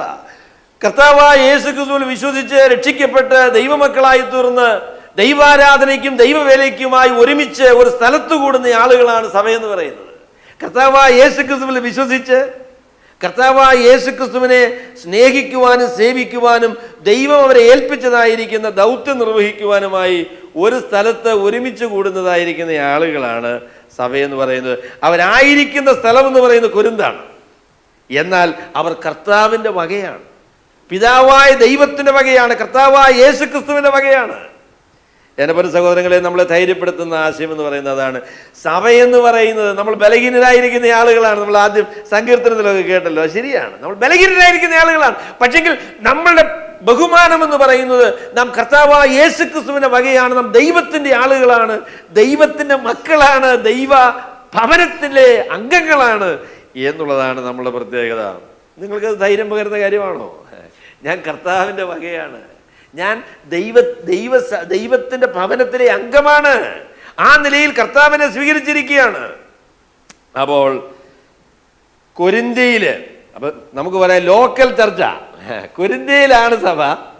പക്ഷേങ്കിൽ ഈ സഭയെന്ന് പറയുന്നത് കർത്താവായ യേശു ക്രിസ്തുവിൻ്റെ പിതാവായ ദൈവത്തിൻ്റെ വകയായിട്ടുള്ള ചർച്ച് ഓഫ് ജീസസ് ക്രൈസ്റ്റ് എന്ന് പറഞ്ഞിട്ടുണ്ട്, ചർച്ച് ഓഫ് ഗോഡ് എന്ന് പറഞ്ഞിട്ടുണ്ട്. എന്ന് പറഞ്ഞാൽ ഇത് രണ്ടും അങ്ങനെ വ്യത്യാസമൊന്നുമില്ല. പിതാവായ ദൈവം, കർത്താവായ യേശു ക്രിസ്തു, പരിശുദ്ധാത്മാവാകുന്ന ത്രിയേക ദൈവം, ദൈവമായിരിക്കുന്ന സ്വന്തമാക്കിയിരിക്കുന്ന തൻ്റെ സമൂഹമാണ്, തൻ്റെ കൂടിവരവാണ് ഒരു സ്ഥലത്ത് ഉള്ളതായിരിക്കുന്ന സഭ എന്ന് പറയുന്നത്. അവർ കൊരിന്ത്യയിലാണ് കൂടി വരുന്നത്. രണ്ടാമത് ഇവരെക്കുറിച്ച് പറയുമ്പോൾ ഇവരെക്കുറിച്ച് മാത്രമല്ല, അഖായിൽ എല്ലായിടത്തുമുള്ള സകല വിശുദ്ധന്മാർക്കും കൂടെ എഴുതുന്നത്. രണ്ടാമത് ഇവരെക്കുറിച്ച് പറയുന്ന ഒരു കൊരിന്ത്യയിലുള്ളതായിരിക്കുന്ന ദൈവസഭയാണ്.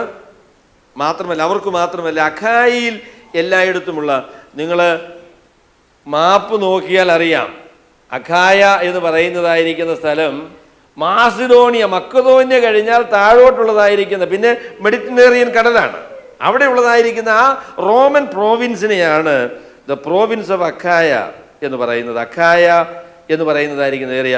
അവിടെ കെങ്ക്രയ എന്ന് പറയുന്ന സ്ഥലമുണ്ട്. കെങ്ക്രയിലെ സമയം അറിയാം. എങ്ങനെയാ നമുക്കറിയാവുന്നേ? കെങ്ക്രയിലെ സമയം അറിയാമോ വിളിച്ച സഹോദരിക്ക്? അറിയണം. അതെന്താന്ന് ചോദിച്ചാൽ, കെങ്ക്രയിലെ സഭയിലെ ശുശ്രൂഷക്കാരത്തിയായിരിക്കുന്ന ഫേബിയുടെ കൈവശമാണ് റോമാലേഖനം കൊടുത്തുവിടുന്നത്. അപ്പൊ കെങ്ക്രയ സഭ എന്ന് പറയുന്നൊരു സഭയുണ്ട്, അത് അഖായിലുള്ളതായിരിക്കുന്ന സഭയാണ്.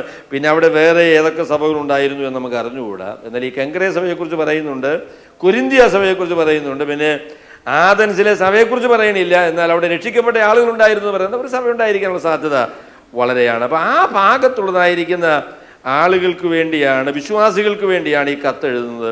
അവരെ വിളിക്കുന്ന പേരെന്ന് പറഞ്ഞു സകല വിശുദ്ധന്മാർക്ക്. റോമൻ കത്തോലിക്ക പശ്ചാത്തലത്തിൽ നിന്നൊക്കെ വന്നിട്ടുള്ള യാക്കോബക്കാർക്കുണ്ടോ വിശുദ്ധന്മാരുണ്ടോ? പൗസോര തിരുമേനിയില്ലേ? ഏതായിരുന്നു? ഏത് തിരുമേനിയാ വിശുദ്ധന്? ഒരു അവൻ്റെ വേണ്ട. ഓ എൻ്റെ കർത്താവ്, ഇദ്ദേഹത്തോട് ചോദിച്ചാൽ പോലെയോ? റോയ് പോൾ സോനോട് ചോദിച്ചാൽ വിശുദ്ധന്മാരുണ്ടല്ലേ?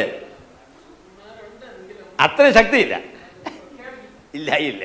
അപ്പോൾ റോമൻ കത്തോലിക്ക പശ്ചാത്തലമൊക്കെ ഉള്ള ആളാണെങ്കിൽ വിശുദ്ധനെന്ന് പറഞ്ഞു കഴിഞ്ഞാൽ, വിശുദ്ധൻ എന്ന് പറഞ്ഞാൽ എന്താണ്? തലയ്ക്ക് ചുറ്റും ഒരു വൃത്തം, പിന്നെ പേരിന് മുമ്പിൽ വി എന്നെഴുതിയൊരു കുത്ത്, അങ്ങനെയാ വിശുദ്ധ ഓഗസ്റ്റാനോസ് അല്ലേ? അപ്പൊ അതാണ് വിശുദ്ധൻ എന്ന് പറഞ്ഞാൽ. എന്നാൽ ബൈബിൾ എന്താ പറയുന്നത് അറിയാമോ? കൊരിന്ത്യയിലെ ദൈവസഭയ്ക്കും അഖായിൽ എല്ലായിടത്തുമുള്ള സകല വിശുദ്ധന്മാർക്കും. കത്തോലിക്ക സഭ വിശുദ്ധന്മാരെ പ്രഖ്യാപിക്കുകയായിരുന്നെങ്കിൽ പൗലോസ് പറയും, എൻ്റെ കുഞ്ഞുങ്ങളെ, നിങ്ങൾ അഖായിലുള്ളതായിരിക്കുന്ന സകല വിശ്വാസികളെയും വിശുദ്ധന്മാരായിട്ട് പ്രഖ്യാപിക്കണം. കാര്യം എന്താണെന്ന് ചോദിച്ചാൽ അവരെല്ലാവരും വിശുദ്ധന്മാരാണ്.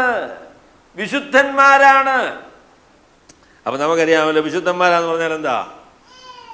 പാപരഹിതരാണ്, യാതൊരു വിധമായിരിക്കുന്ന കളങ്കവും ദോഷവും അവർക്ക് ഇല്ല. അവർ ചിരിക്കുന്ന കണ്ടാൽ പൂ പോലത്തെ ചിരിയ. എന്തോ ചിരിയാണ് വിശുദ്ധന്മാരുടെ ചിരി എന്ന് പറഞ്ഞാൽ. കൂടിയ തിരിയ. അങ്ങനല്ല കേട്ടോ. ഈ വിശുദ്ധന്മാരെന്ന് പറയുന്നത് ചിലപ്പോൾ വഴക്കുണ്ടാക്കുന്ന വിശുദ്ധന്മാരാണ്. ചിലപ്പോൾ വിശുദ്ധന്മാർ കൈകൊണ്ട് എറ്റും, അങ്ങനെയൊക്കെ ചെയ്യും. എന്ന് പറഞ്ഞാൽ ഇവരെ വിശുദ്ധന്മാരെന്ന് പറയാനുള്ള കാരണം ഇവരുടെ ജീവിതത്തിൽ പാപരഹിതരാണ്, പ്രശ്നമില്ലാത്തവരാണെന്നല്ല അതിൻ്റെ അർത്ഥം. അവരെ വിശുദ്ധന്മാരായിട്ട് പ്രഖ്യാപിച്ചവരാണെന്നാണ് അർത്ഥം. എന്ന് പറഞ്ഞാൽ കർത്താവായ യേശുക്രിസ്തുവിൻ്റെ വിശുദ്ധി ഈ പാപികളായിരിക്കുന്ന മനുഷ്യരുടെ മേൽ കണക്കിട്ട് അവരെ പാപരഹിതരായി യേശുക്രിസ്തുവിനെ പോലെ വിശുദ്ധനായി സ്വർഗത്തിലെ ദൈവം യേശുക്രിസ്തുവിന്റെ ചെലവിൽ പ്രഖ്യാപിച്ചതിനെയാണ് ഈ വിശുദ്ധനെന്ന് പറയുന്നത്. അപ്പം ഞാൻ പറയും, നമ്മളെയൊക്കെ ദൈവം പ്രഖ്യാപിച്ചിരിക്കുന്നത് എങ്ങനെയാ? വിശുദ്ധന്മാരെന്നാ. ജേക്കബ് സഹോദരൻ്റെ പേരെഴുതുമ്പോൾ എങ്ങനെയാ എഴുതേണ്ടതെന്ന് അറിയാമോ? വി എന്ന് എഴുതി വെച്ചൊരു കുത്തിടുന്നു. എന്നിട്ട് ജേക്കബ് സഹോദരൻ്റെ വീട്ടിൽ വല്ല ചിത്രങ്ങളും ജേക്കബ് സഹോദരനെ കുറിച്ച് ഉണ്ടെങ്കിൽ അതിന് ചുറ്റുമെല്ലാം വട്ടം വരയ്ക്കണം, തലയ്ക്ക് കിട്ടും. എന്ന് പറഞ്ഞാൽ ദൈവം നമ്മളെ വിശുദ്ധന്മാരായിട്ട് പ്രഖ്യാപിച്ചിരിക്കുകയാണ്. റോമൻ കത്തോലിക്ക സഭ പ്രഖ്യാപിച്ചോളൊന്നും അല്ല കേട്ടോ. സത്യസന്ധമായിട്ട് വിശുദ്ധന്മാരാണ്, ദൈവത്തിന്റെ ദൃഷ്ടിയിൽ വിശുദ്ധന്മാരാണ്. അത് നമ്മുടെ സ്ഥാനമാണ്. യേശുക്രിസ്തുവിൽ നമുക്ക് ലഭിച്ചതായിരിക്കുന്ന അതിമഹത്തായിരിക്കുന്ന സ്ഥാനമാണ്, വിശുദ്ധന്മാരാണ് എന്നുള്ളതായിരിക്കുന്ന കാര്യം. അപ്പം ഞാനിപ്പോഴേ എൻ്റെ ഒരു പടം നിങ്ങളെ കാണിക്കാമെന്ന് വിചാരിക്കുക. ആ തലയുടെ ചുറ്റും ഒരു വൃത്തമൊക്കെ വരച്ച് കാണിച്ചാൽ നിങ്ങൾ എങ്ങനെ തോന്നും? കൊള്ളാമല്ലോ എന്ന് വിചാരിക്കല്ലേ? എന്ന് പറഞ്ഞാൽ ഒരർത്ഥത്തിൽ പറഞ്ഞാൽ ചെയ്യുന്നത് നല്ലതാണ്. നമ്മളെ ദൈവം അങ്ങനെയാണ് പരിഗണിക്കുന്നത് എന്നുള്ളത് അതിനനുസൃതമായി ജീവിക്കുവാൻ നമ്മളെ നിർബന്ധിക്കുന്നതായിരിക്കുന്ന കാര്യമാണ്. വി എന്നെഴുതി കുത്തുമൊക്കെ ഇട്ട് തലയിൽ വട്ടമൊക്കെ വരച്ചേച്ച് അവിടെ പോയി വേണ്ടാത്ത വർത്തമാനം പറഞ്ഞാൽ ആളുകളെന്താ പറയും? ഇതെന്തു? എൻ്റെ പൊന്നു സഹോദരങ്ങളെ, ഈ ലോകത്തിലുള്ളതായിരിക്കുന്ന മനുഷ്യ വിശുദ്ധന്മാരെന്ന് പറഞ്ഞതിനേക്കാളുമൊക്കെ എത്രയോ നിലവാരമുള്ള, എത്രയോ ശ്രേഷ്ഠമായ, എത്രയോ ഉന്നതമായിരിക്കുന്ന ഒരു സ്ഥാനത്തേക്കാണ് ദൈവം പാപികളായിരിക്കുന്ന നമ്മെ യേശുക്രിസ്തുവിന്റെ ചെലവിൽ ഉയർത്തിയിരിക്കുന്നത്. യേശുക്രിസ്തുവിൽ വിശ്വസിക്കുന്നവരെ ദൈവം വിശുദ്ധന്മാരായി പ്രഖ്യാപിക്കുന്നു.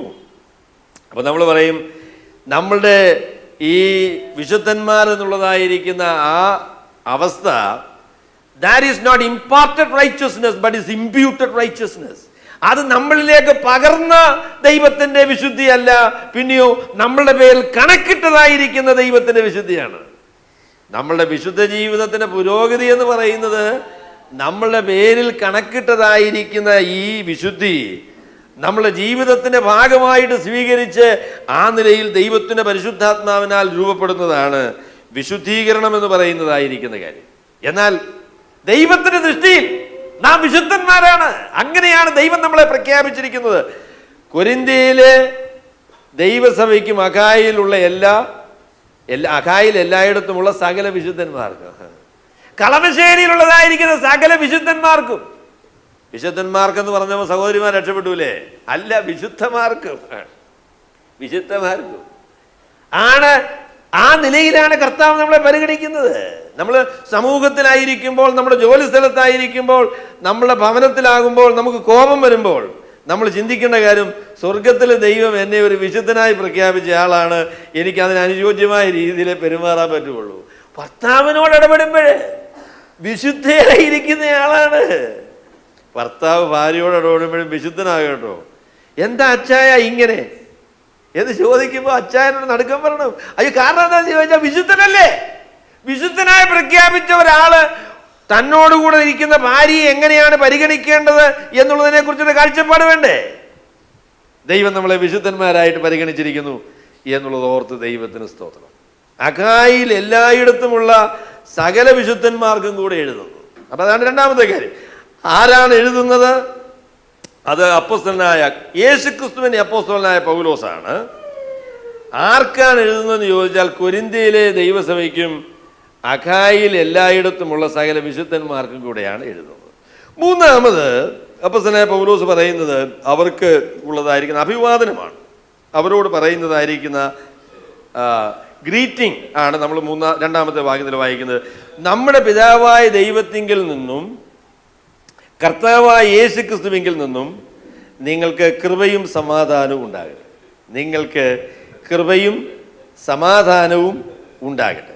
അപ്പോൾ ഇവിടെ അപ്പോസ്തലനായ പൗലോസ് സാധാരണ എഴുത്തുകളിൽ ഉപയോഗിക്കുന്നതായിരിക്കുന്ന ഒരു രീതി തന്നെയാണ് ഇവിടെ താൻ സ്വീകരിച്ചിരിക്കുന്നത്. ആരാണ് എഴുതുന്നത്, ആർക്കാണ് എഴുതുന്നത്, അവർക്കുള്ളതായിരിക്കുന്ന അഭിവാദനം, അത് എഴുത്തുകളുടെ ഒരു രീതിയാണ്. എന്നാൽ രണ്ടാമത്തെ വാക്യത്തിൽ അതിനെക്കുറിച്ച് കമൻറ്റേറ്റേഴ്സ് ഒക്കെ പറയുന്ന ഒരു കാര്യം എന്താണെന്ന് ചോദിച്ചാൽ, അവർ പറഞ്ഞത് സാധാരണ ഗ്രീറ്റിങ്സ് എന്ന് പറയുന്നത്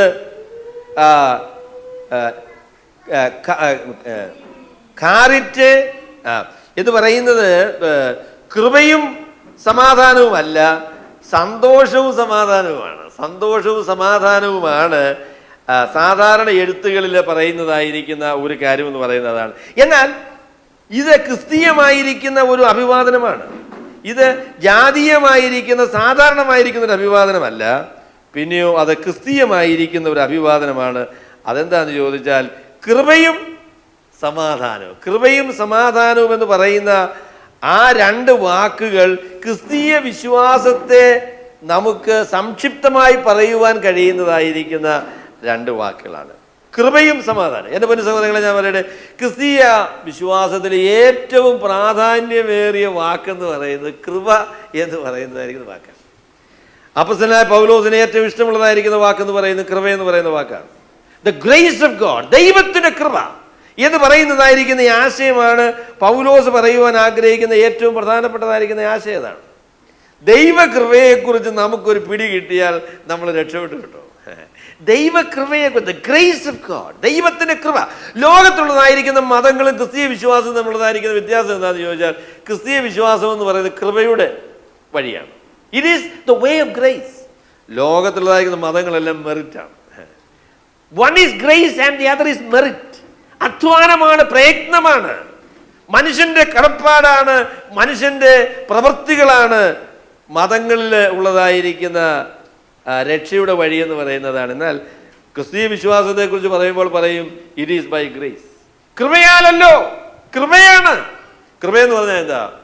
അതിന് വളരെ ലളിതമായിരിക്കുന്ന ഒരു വിശദീകരണം പറഞ്ഞാൽ നമുക്ക് പറയാം, കൃപയെന്ന് പറയുന്നത്, ഗ്രേസ് എന്ന് പറയുന്നത് God's riches at Christ expense. God's riches at Christ expense. കർത്താവായ യേശു ക്രിസ്തുവിന്റെ ചെലവിൽ ദൈവം നമുക്ക് തന്നതായിരിക്കുന്ന ദൈവത്തിന്റെ ദാനങ്ങളാണ് ദൈവത്തിന്റെ കൃപ എന്ന് പറയുന്നത്. അതാണ് ദൈവത്തിന്റെ കൃപ.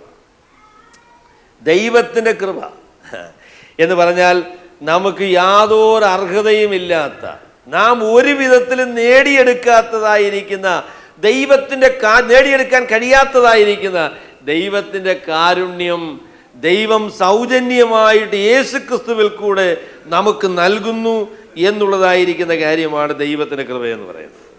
നമുക്കൊരിക്കലും നേടിയെടുക്കുവാൻ കഴിയാത്ത, ഒരിക്കലും അർഹിക്കാത്ത ദൈവത്തിന്റെ ദാനമായിട്ടുള്ള, ദൈവത്തിന്റെ കർത്താവായ യേശുക്രിസ്തുവിൽ കൂടെ ദൈവം നമുക്ക് നൽകുന്നതായിരിക്കുന്ന ദൈവത്തിന്റെ ദാനമാണ് കൃപ എന്ന് പറയുന്നത്. കൃപയെ മനസ്സിലാക്കാനായിട്ട് നമുക്ക് സാധിച്ചാൽ പൗലോസിനെ നമുക്ക് മനസ്സിലാകും. പൗലോസിനെ മനസ്സിലാക്കിയതിനെ കുറിച്ച് എഫ് ബ്രൂസ് എന്ന് പറയുന്നതായിരിക്കും ദൈവദാസൻ പറഞ്ഞപ്പോൾ പറഞ്ഞു, പൗലോസിനെ മനസ്സിലാക്കിയ ആളുകൾ ലോകത്തിൽ കുറവാണ്. The people who really understood Paul are few. ശരിയായ രീതിയിൽ ദൈവകൃപയെ മനസ്സിലാക്കിയ, പൗലോസിനെ മനസ്സിലാക്കിയതായിരിക്കുന്ന ആൾ കുറവാണ്. അതിനെക്കുറിച്ച് അദ്ദേഹം പറഞ്ഞ പ്രസ്ഥാന രസകരമാണ്. അദ്ദേഹം പറഞ്ഞു, അദ്ദേഹത്തെ ഒരു പക്ഷേ ഏറ്റവും മനസ്സിലാക്കിയതായിരിക്കുന്ന ആള് മാഴ്സിയൻ എന്ന് പറയുന്നതായിരിക്കുന്ന ദുരുപദേഷ്ടാവാണ് എന്ന് അദ്ദേഹം പറഞ്ഞു. Probably the person who knew, who understood Paul is Marcion. എന്ന് അടുത്ത പ്രസ്ഥാനം രസകരമാണ്. But he misunderstood him. മനസ്സിലാക്കിയത് മാഴ്സിയനാണെങ്കിലും മനസ്സിലാക്കിയത് തെറ്റായ രീതിയിലാണ് അദ്ദേഹം മനസ്സിലാക്കിയത് എന്ന് പറഞ്ഞു. എൻ്റെ പ്രിയമുള്ളവരെ, ഞാൻ പറയട്ടെ, ദൈവകൃപ, അപ്പോസ്തലനായ പൗലോസ് പറയുന്നതായിരിക്കുന്ന കൃപയുടെ സുവിശേഷം, കൃപയുടെ ആഴം, അത് ഗ്രഹിക്കുക എന്നുള്ളതാണ് നമ്മളുടെ ഒരു വലിയ ഒരു പരിശ്രമം. അതായിരിക്കണം. അപ്പം ഞാനത് മനസ്സിലാക്കണമെന്ന് ആഗ്രഹിക്കുന്ന ഒരാളാണ്. That is one of my pursuits of life, so that I might understand Paul, his understanding of grace of God. ദൈവത്തിൻ്റെ കൃപയെക്കുറിച്ചുള്ളതായിരിക്കുന്ന തൻ്റെ അറിവ്, തൻ്റെ അറിവിൻ്റെ ആഴം, താൻ പറഞ്ഞിരിക്കുന്നതായിരിക്കുന്ന ദൈവത്തിൻ്റെ വചനത്തിലൂടെ അതിനെക്കുറിച്ചുള്ളതായിരിക്കുന്ന വെളിപ്പാട്, അത് നമുക്ക് മനസ്സിലാക്കാനായിട്ട് സാധിച്ചാൽ നമ്മൾ രക്ഷപ്പെട്ടു കിട്ടും.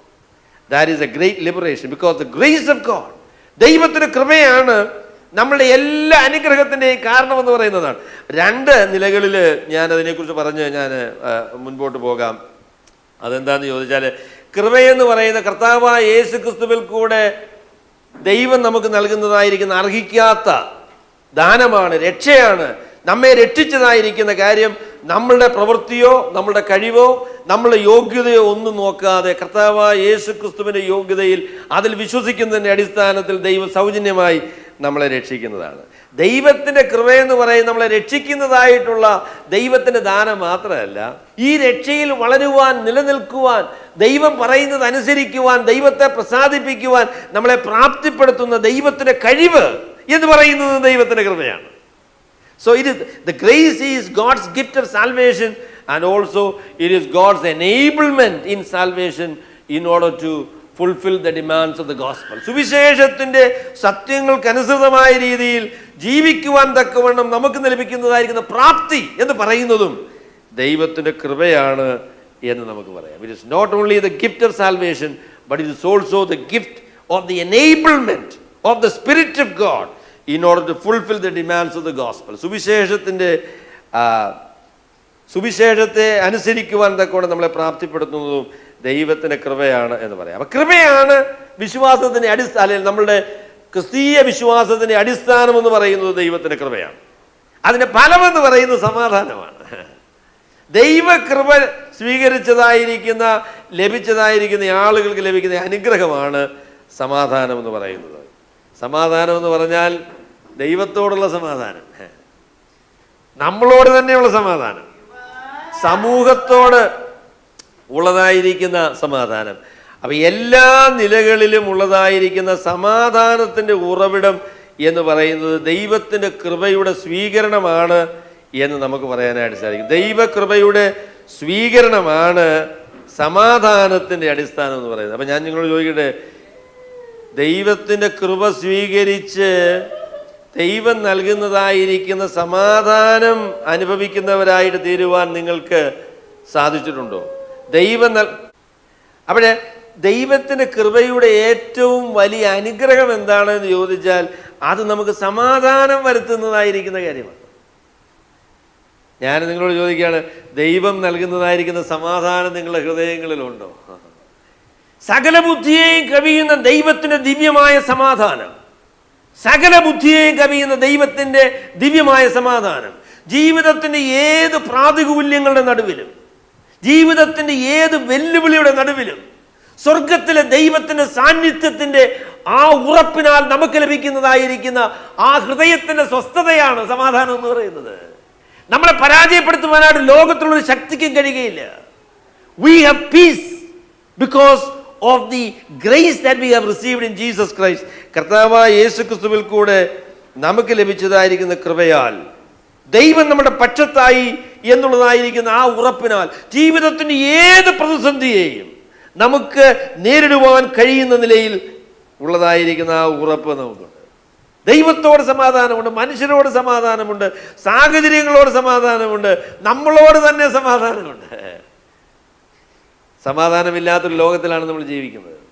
എന്നാൽ കർത്താവ് തന്നെ ശിഷ്യന്മാരോട് പറഞ്ഞപ്പോൾ പറഞ്ഞു, ഞാൻ നിങ്ങൾക്ക് തരുന്നതായിരിക്കുന്ന സമാധാനം ലോകം നൽകുന്നത് പോലെ ഉള്ളതായിരിക്കുന്ന സമാധാനമല്ല. അത് ലോകത്തെ കവിയുന്ന, ലോകത്തിൻ്റെ സമാധാനം, ലോകത്തിന് നൽകുവാൻ കഴിയുന്ന ഏത് സുരക്ഷിതത്വത്തെക്കാളും വലിയ ഒരു സമാധാനമാണ് ദൈവം നമുക്ക് തരാൻ പോകുന്നതായിരിക്കുന്ന സമാധാനം എന്നുള്ളതാണ് കർത്താവ് പറയുന്നത്. അവിടെ ദൈവത്തിൻ്റെ കൃപയാൽ ദൈവം നമുക്ക് നൽകിയതായിരിക്കുന്ന സമാധാനം, അതിൽ വർദ്ധിച്ചു വരുവാൻ, അത് ആസ്വദിക്കുവാനുള്ള ഒരു ആഹ്വാനത്തോടു കൂടെയാണ് അപ്പോസ്തലനായ പൗലോസ് ഈ ലേഖനം നമുക്ക് നൽകുന്നത്. അപ്പോൾ ഇതിൻ്റെ എഴുത്തുകാരനെന്ന് പറയുന്നത് യേശുക്രിസ്തുവിൻ്റെ അപ്പോസ്തലനായ പൗലോസാണ്. അത് എഴുതിയിരിക്കുന്നത് കൊരിന്ത്യയിലെ ദൈവസഭയ്ക്കാണ്. അതിൽ നമുക്ക് നൽകുന്നതായിരിക്കുന്ന അതിൻ്റെ ആശ്വാസം എന്ന് പറയുന്നത് ദൈവത്തിൻ്റെ കൃപ, കർത്താവായ യേശുക്രിസ്തുവിൽ നിന്ന് ലഭിച്ചതായിരിക്കുന്ന കൃപ. ഒരു വാക്കുകൂടെ പറഞ്ഞ് ഞാൻ അവസാനിപ്പിക്കാം. എന്താണെന്ന് ചോദിച്ചാൽ, നമ്മുടെ പിതാവായ ദൈവത്തിങ്കിൽ നിന്നും കർത്താവായ യേശുക്രിസ്തുവിൽ നിന്നും. ഒരു കാര്യമല്ല, രണ്ട് കാര്യം പറയണം. ഒന്നാമത്തെ കാര്യം എന്താണെന്ന് ചോദിച്ചാൽ, പിതാവായ ദൈവത്തോട് ചേർന്ന് God the Father and Jesus Christ our Lord, കർത്താവായ യേശു ക്രിസ്തുവും പിതാവായ ദൈവവും. രണ്ട് കാര്യങ്ങളെ സമാനമല്ല, തുല്യമായിരിക്കുന്ന ഒരു വാക്കുകൊണ്ട് ബന്ധിപ്പിക്കുക എന്ന് പറഞ്ഞാൽ അവർ രണ്ട് തുല്യരാണെന്നതിൻ്റെ അർത്ഥം. പിതാവായ ദൈവത്തോട് തുല്യനായിരിക്കുന്ന വ്യക്തിയാണ് കർത്താവായ യേശു ക്രിസ്തു. അല്ലെങ്കിൽ പിതാവായ ദൈവം ഞാനെന്ന് പറയാനൊക്കത്തില്ല. മനുഷ്യനെന്ന് പറയുന്നത് വേറൊരു കാറ്റഗറിയാണ്, ദൂതന്മാരെന്ന് പറയുന്നത് വേറൊരു കാറ്റഗറിയാണ്. എന്നാൽ യേശു ക്രിസ്തുവിനെ കുറിച്ച് പറയുമ്പോൾ പറയും, ദൈവത്തിങ്കിൽ നിന്നും, പിതാവായ ദൈവത്തിങ്കിൽ നിന്നും കർത്താവായ യേശു ക്രിസ്തുവിങ്കിൽ നിന്നും നിങ്ങൾക്ക് കൃപയും സമാധാനം ഉണ്ടാകട്ടെ. അത് പിതാവായ ദൈവവും കർത്താവായ യേശു ക്രിസ്തുവും തുല്യമായി ദൈവമായിരിക്കുന്നു എന്നുള്ളതിൻ്റെ തെളിവാണ് എന്ന് നമുക്ക് പറയാൻ പറ്റും. രണ്ടാമത്തതിൽ നിന്ന് പറയാൻ പറ്റുന്ന കാര്യം ചോദിച്ചാൽ, ദൈവത്തിൻ്റെ കൃപ യേശു ക്രിസ്തുവിൽ കൂടെ മാത്രമേ മനുഷ്യർക്ക് ലഭിക്കുകയുള്ളൂ. ദൈവത്തിൻ്റെ കൃപ പ്രാപിക്കുവാനുള്ള ഏക മുഖാന്തരം എന്ന് പറയുന്നത് യേശു ക്രിസ്തുവാണ്. യേശു ക്രിസ്തുവിൽ കൂടെ അല്ലാതെ ദൈവത്തോട് ബന്ധപ്പെടുവാൻ, ദൈവത്തിൻ്റെ കൃപ പ്രാപിക്കുവാൻ ആർക്കും കഴിയുകയില്ല. യേശു ക്രിസ്തുവിനെ മാറ്റി നിർത്തിയിട്ട് ദൈവത്തിൻ്റെ കരുണയെ മനസ്സിലാക്കുവാനും ദൈവത്തിൻ്റെ ദാനങ്ങളെ സ്വീകരിക്കുവാനും ആർക്കും സാധിക്കുകയില്ല. പിതാവായ ദൈവത്തിങ്കിൽ നിന്ന് പുറപ്പെടുന്നതായിരിക്കുന്ന സകല അനുഗ്രഹങ്ങളും സകല ദാനങ്ങളും കർത്താവായ യേശു ക്രിസ്തുവിൽ കൂടെയാണ് നമുക്ക് സ്വന്തമാകുന്നത് എന്ന് പറയാൻ സാധിക്കും. ഒരു കാര്യം കൂടെ ഞാൻ പറഞ്ഞ് അവസാനിപ്പിക്കുക. അതെന്താണെന്ന് ചോദിച്ചാൽ, കർത്താവായ യേശു ക്രിസ്തു, ലോർഡ് ജീസസ് ക്രൈസ്റ്റ്, കർത്താവ് എന്നുള്ളതായിരിക്കുന്ന വാക്ക് പുതിയ നിയമത്തിൽ ഉപയോഗിച്ചിരിക്കുന്നത് രണ്ട് വ്യക്തികൾക്ക് വേണ്ടിയാണ്, രണ്ട് അർത്ഥത്തിലാണ് അത് ഉപയോഗിച്ചിരിക്കുന്നത്. പ്രമുഖമായിട്ട് 99% ഇടങ്ങളിലും കർത്താവ് എന്ന് പറയുന്നതായിരിക്കുന്ന വാക്ക് യേശു ക്രിസ്തു, യേശു കർത്താവ്, കർത്താവായ യേശു ക്രിസ്തുവിന് വേണ്ടിയാണ് കർത്താവ് എന്നുള്ളതായിരിക്കുന്ന വാക്ക് ഉപയോഗിച്ചിട്ടുള്ളത്. മറ്റ് ഒരു ഉപയോഗം എന്ന് പറയുന്നത്, കർത്താവ് എന്ന് പറയുന്നത് പഴയ നിയമത്തിൽ നിന്നുള്ള ഉദ്ധരണികൾ, പിതാവായ ദൈവത്തെ, യഹോവയായ ദൈവം എന്ന് പഴയ നിയമത്തിൽ പറയുന്നതായിരിക്കുന്ന ദൈവത്തെ കുറിച്ച് പറയുന്നതായിരിക്കുന്ന ഉദ്ധരണികൾ പരിഭാഷപ്പെടുത്തി ഗ്രീക്കിലേക്ക് കൊണ്ടുവരുമ്പോൾ യഹോവയായ ദൈവം എന്നുള്ളതിന് പകരം എന്താ ഉപയോഗിച്ചിരിക്കുന്നത്? കർത്താവ് എന്നാണ് ഉപയോഗിച്ചിരിക്കുന്നത്. അല്ലെങ്കിൽ പറയാം, പഴയ നിയമത്തിലെ യഹോവ എന്നുള്ളതായിരിക്കുന്ന പേര് പുതിയ നിയമത്തിൽ വരുമ്പോൾ കർത്താവാണ്. ആ കർത്താവ് എന്ന് പറയുന്നത് യേശു ക്രിസ്തുവാണ്. പിതാവായ ദൈവത്തിനും കർത്താവായ യേശു ക്രിസ്തുവിനും പരിശുദ്ധാത്മാവിന് ഉപയോഗിക്കുവാൻ കഴിയുന്നതായിരിക്കുന്ന പദമാണ് യഹോവ എന്ന് പറയുന്നതായിരിക്കുന്ന പദം. അപ്പം ആ നിലയിൽ കർത്താവായ യേശു ക്രിസ്തു പിതാവായ ദൈവത്തോട് ചേർന്ന് പരിശുദ്ധാത്മാവിനോട് ചേർന്ന് ത്രിയേക ദൈവത്തിൽ തുല്യമായ പിതാവിനോടും പുത്രനോടും പരിശുദ്ധാത്മാവും ആകുന്ന ഏക ദൈവത്തെക്കുറിച്ചുള്ളതായിരിക്കുന്ന വിശ്വാസമാണ് അപ്പോസ്തലനായ പൗലോസിനുള്ളതായിരിക്കുന്ന വിശ്വാസം. That is the God that Apostle Paul believed. അതാണ് അപ്പോസ്തലനായ പൗലോസ് വിശ്വസിച്ച ദൈവം. അത് തന്നെയാണ് നാം വിശ്വസിക്കുന്ന ദൈവം. വേറൊരു ദൈവത്തിലാണ് നിങ്ങൾ വിശ്വസിക്കുന്നുവെങ്കിൽ അത് ബൈബിളിലെ ദൈവമല്ല എന്ന് പറയേണ്ടതായിട്ട് വരും. ഈ ദൈവം തൻ്റെ പുത്രനായ യേശു ക്രിസ്തുവിൽ കൂടെ നമുക്ക് കൃപയും അതിൻ്റെ ഫലമായി സമാധാനവും നൽകിയിരിക്കുന്നു. അപ്പോൾ അതിൻ്റെ വിശദാംശമാണ്, അതിൻ്റെ വിശദീകരണമാണ് തുറന്നുള്ളതായിരിക്കുന്ന ഭാഗത്ത് നമുക്ക് കാണാനായിട്ട് സാധിക്കുന്നത്. ദൈവത്തിൻ്റെ പ്രതിനിധിയായി കർത്താവായ യേശു ക്രിസ്തുവിന് വേണ്ടി സംസാരിക്കുവാൻ ഔദ്യോഗികമായിട്ട് ദൈവം വേർതിരിച്ച പൗലോസാണ് നമ്മളോട് സംസാരിക്കുന്നത്. ഈ സുവിശേഷം സ്വീകരിച്ചതായിരിക്കുന്ന ആളുകൾ കൊരിന്ത്യയിൽ ഒരു സഭയായിട്ട് ഇന്ന് കൂടി വരുന്നുണ്ട്. ഇന്നല്ല, അപ്പോസ്തലനായ പൗലോസിൻ്റെ കാലത്ത് അവരെ ദൈവം വിശുദ്ധന്മാർ എന്നാണ് പരിഗണിച്ചിരിക്കുന്നത്. അവർക്ക് യേശുക്രിസ്തു മുഖാന്തരം ലഭിച്ച കൃപയും സമാധാനവും ഓർത്ത് ദൈവത്തിന് നന്ദി പറഞ്ഞുകൊണ്ടാണ് അപ്പോസ്തലനായ പൗലോസ് ഈ വേദഭാഗം ആരംഭിക്കുന്നത്. ദൈവം നമ്മളെ തുറന്നുള്ളതായിരിക്കുന്ന പഠനത്തിനായിട്ട് സഹായിക്കട്ടെ. ഞങ്ങളെ സ്നേഹിക്കുന്ന ഞങ്ങളെ വാഴ്ത്തപ്പെട്ട കർത്താവേ, അവിടുത്തെ വചനം അവിടുന്ന് ഞങ്ങൾക്ക് നൽകിയതുകൊണ്ട് ഞങ്ങൾ നന്ദിയോടെ അവിടുത്തേക്ക് സ്തോത്രങ്ങൾ അർപ്പിക്കുന്നു. ഞങ്ങളെ കർത്താവായ യേശു ക്രിസ്തുവിനായിട്ട് നന്ദിയോടെ സ്തോത്രം. ഞങ്ങളെ വിശുദ്ധന്മാരായിട്ട് യേശു ക്രിസ്തുവിൻ്റെ ചെലവിൽ അവിടുന്ന് പ്രഖ്യാപിച്ചിരിക്കുന്നു എന്നുള്ളത് കൊണ്ട് ഞങ്ങൾ അങ്ങേക്ക് നന്ദി പറയുന്നു. അതുപോലെ കൃപയും സമാധാനവും അവിടുത്തെ പുത്രൻ മുഖാന്തരം ഞങ്ങളുടെ ജീവിതങ്ങളിലേക്ക് അവിടെ നയിച്ചതോർത്ത് നന്ദിയോടെ സ്തോത്രം. അതിൽ പ്രശംസിക്കുവാൻ, ധൈര്യപ്പെടുവാൻ, ഉറയ്ക്കുവാൻ സ്വർഗത്തിലെ ദൈവമേ ഞങ്ങളെ സഹായിക്കണം. അതിന് സാക്ഷ്യം വഹിക്കുവാൻ ഞങ്ങളെ ബലപ്പെടുത്തണം എന്ന് പ്രാർത്ഥിക്കുന്നു. കർത്താവായ യേശു ക്രിസ്തുവിൻ്റെ വിലയേറിയ നാമത്തിൽ.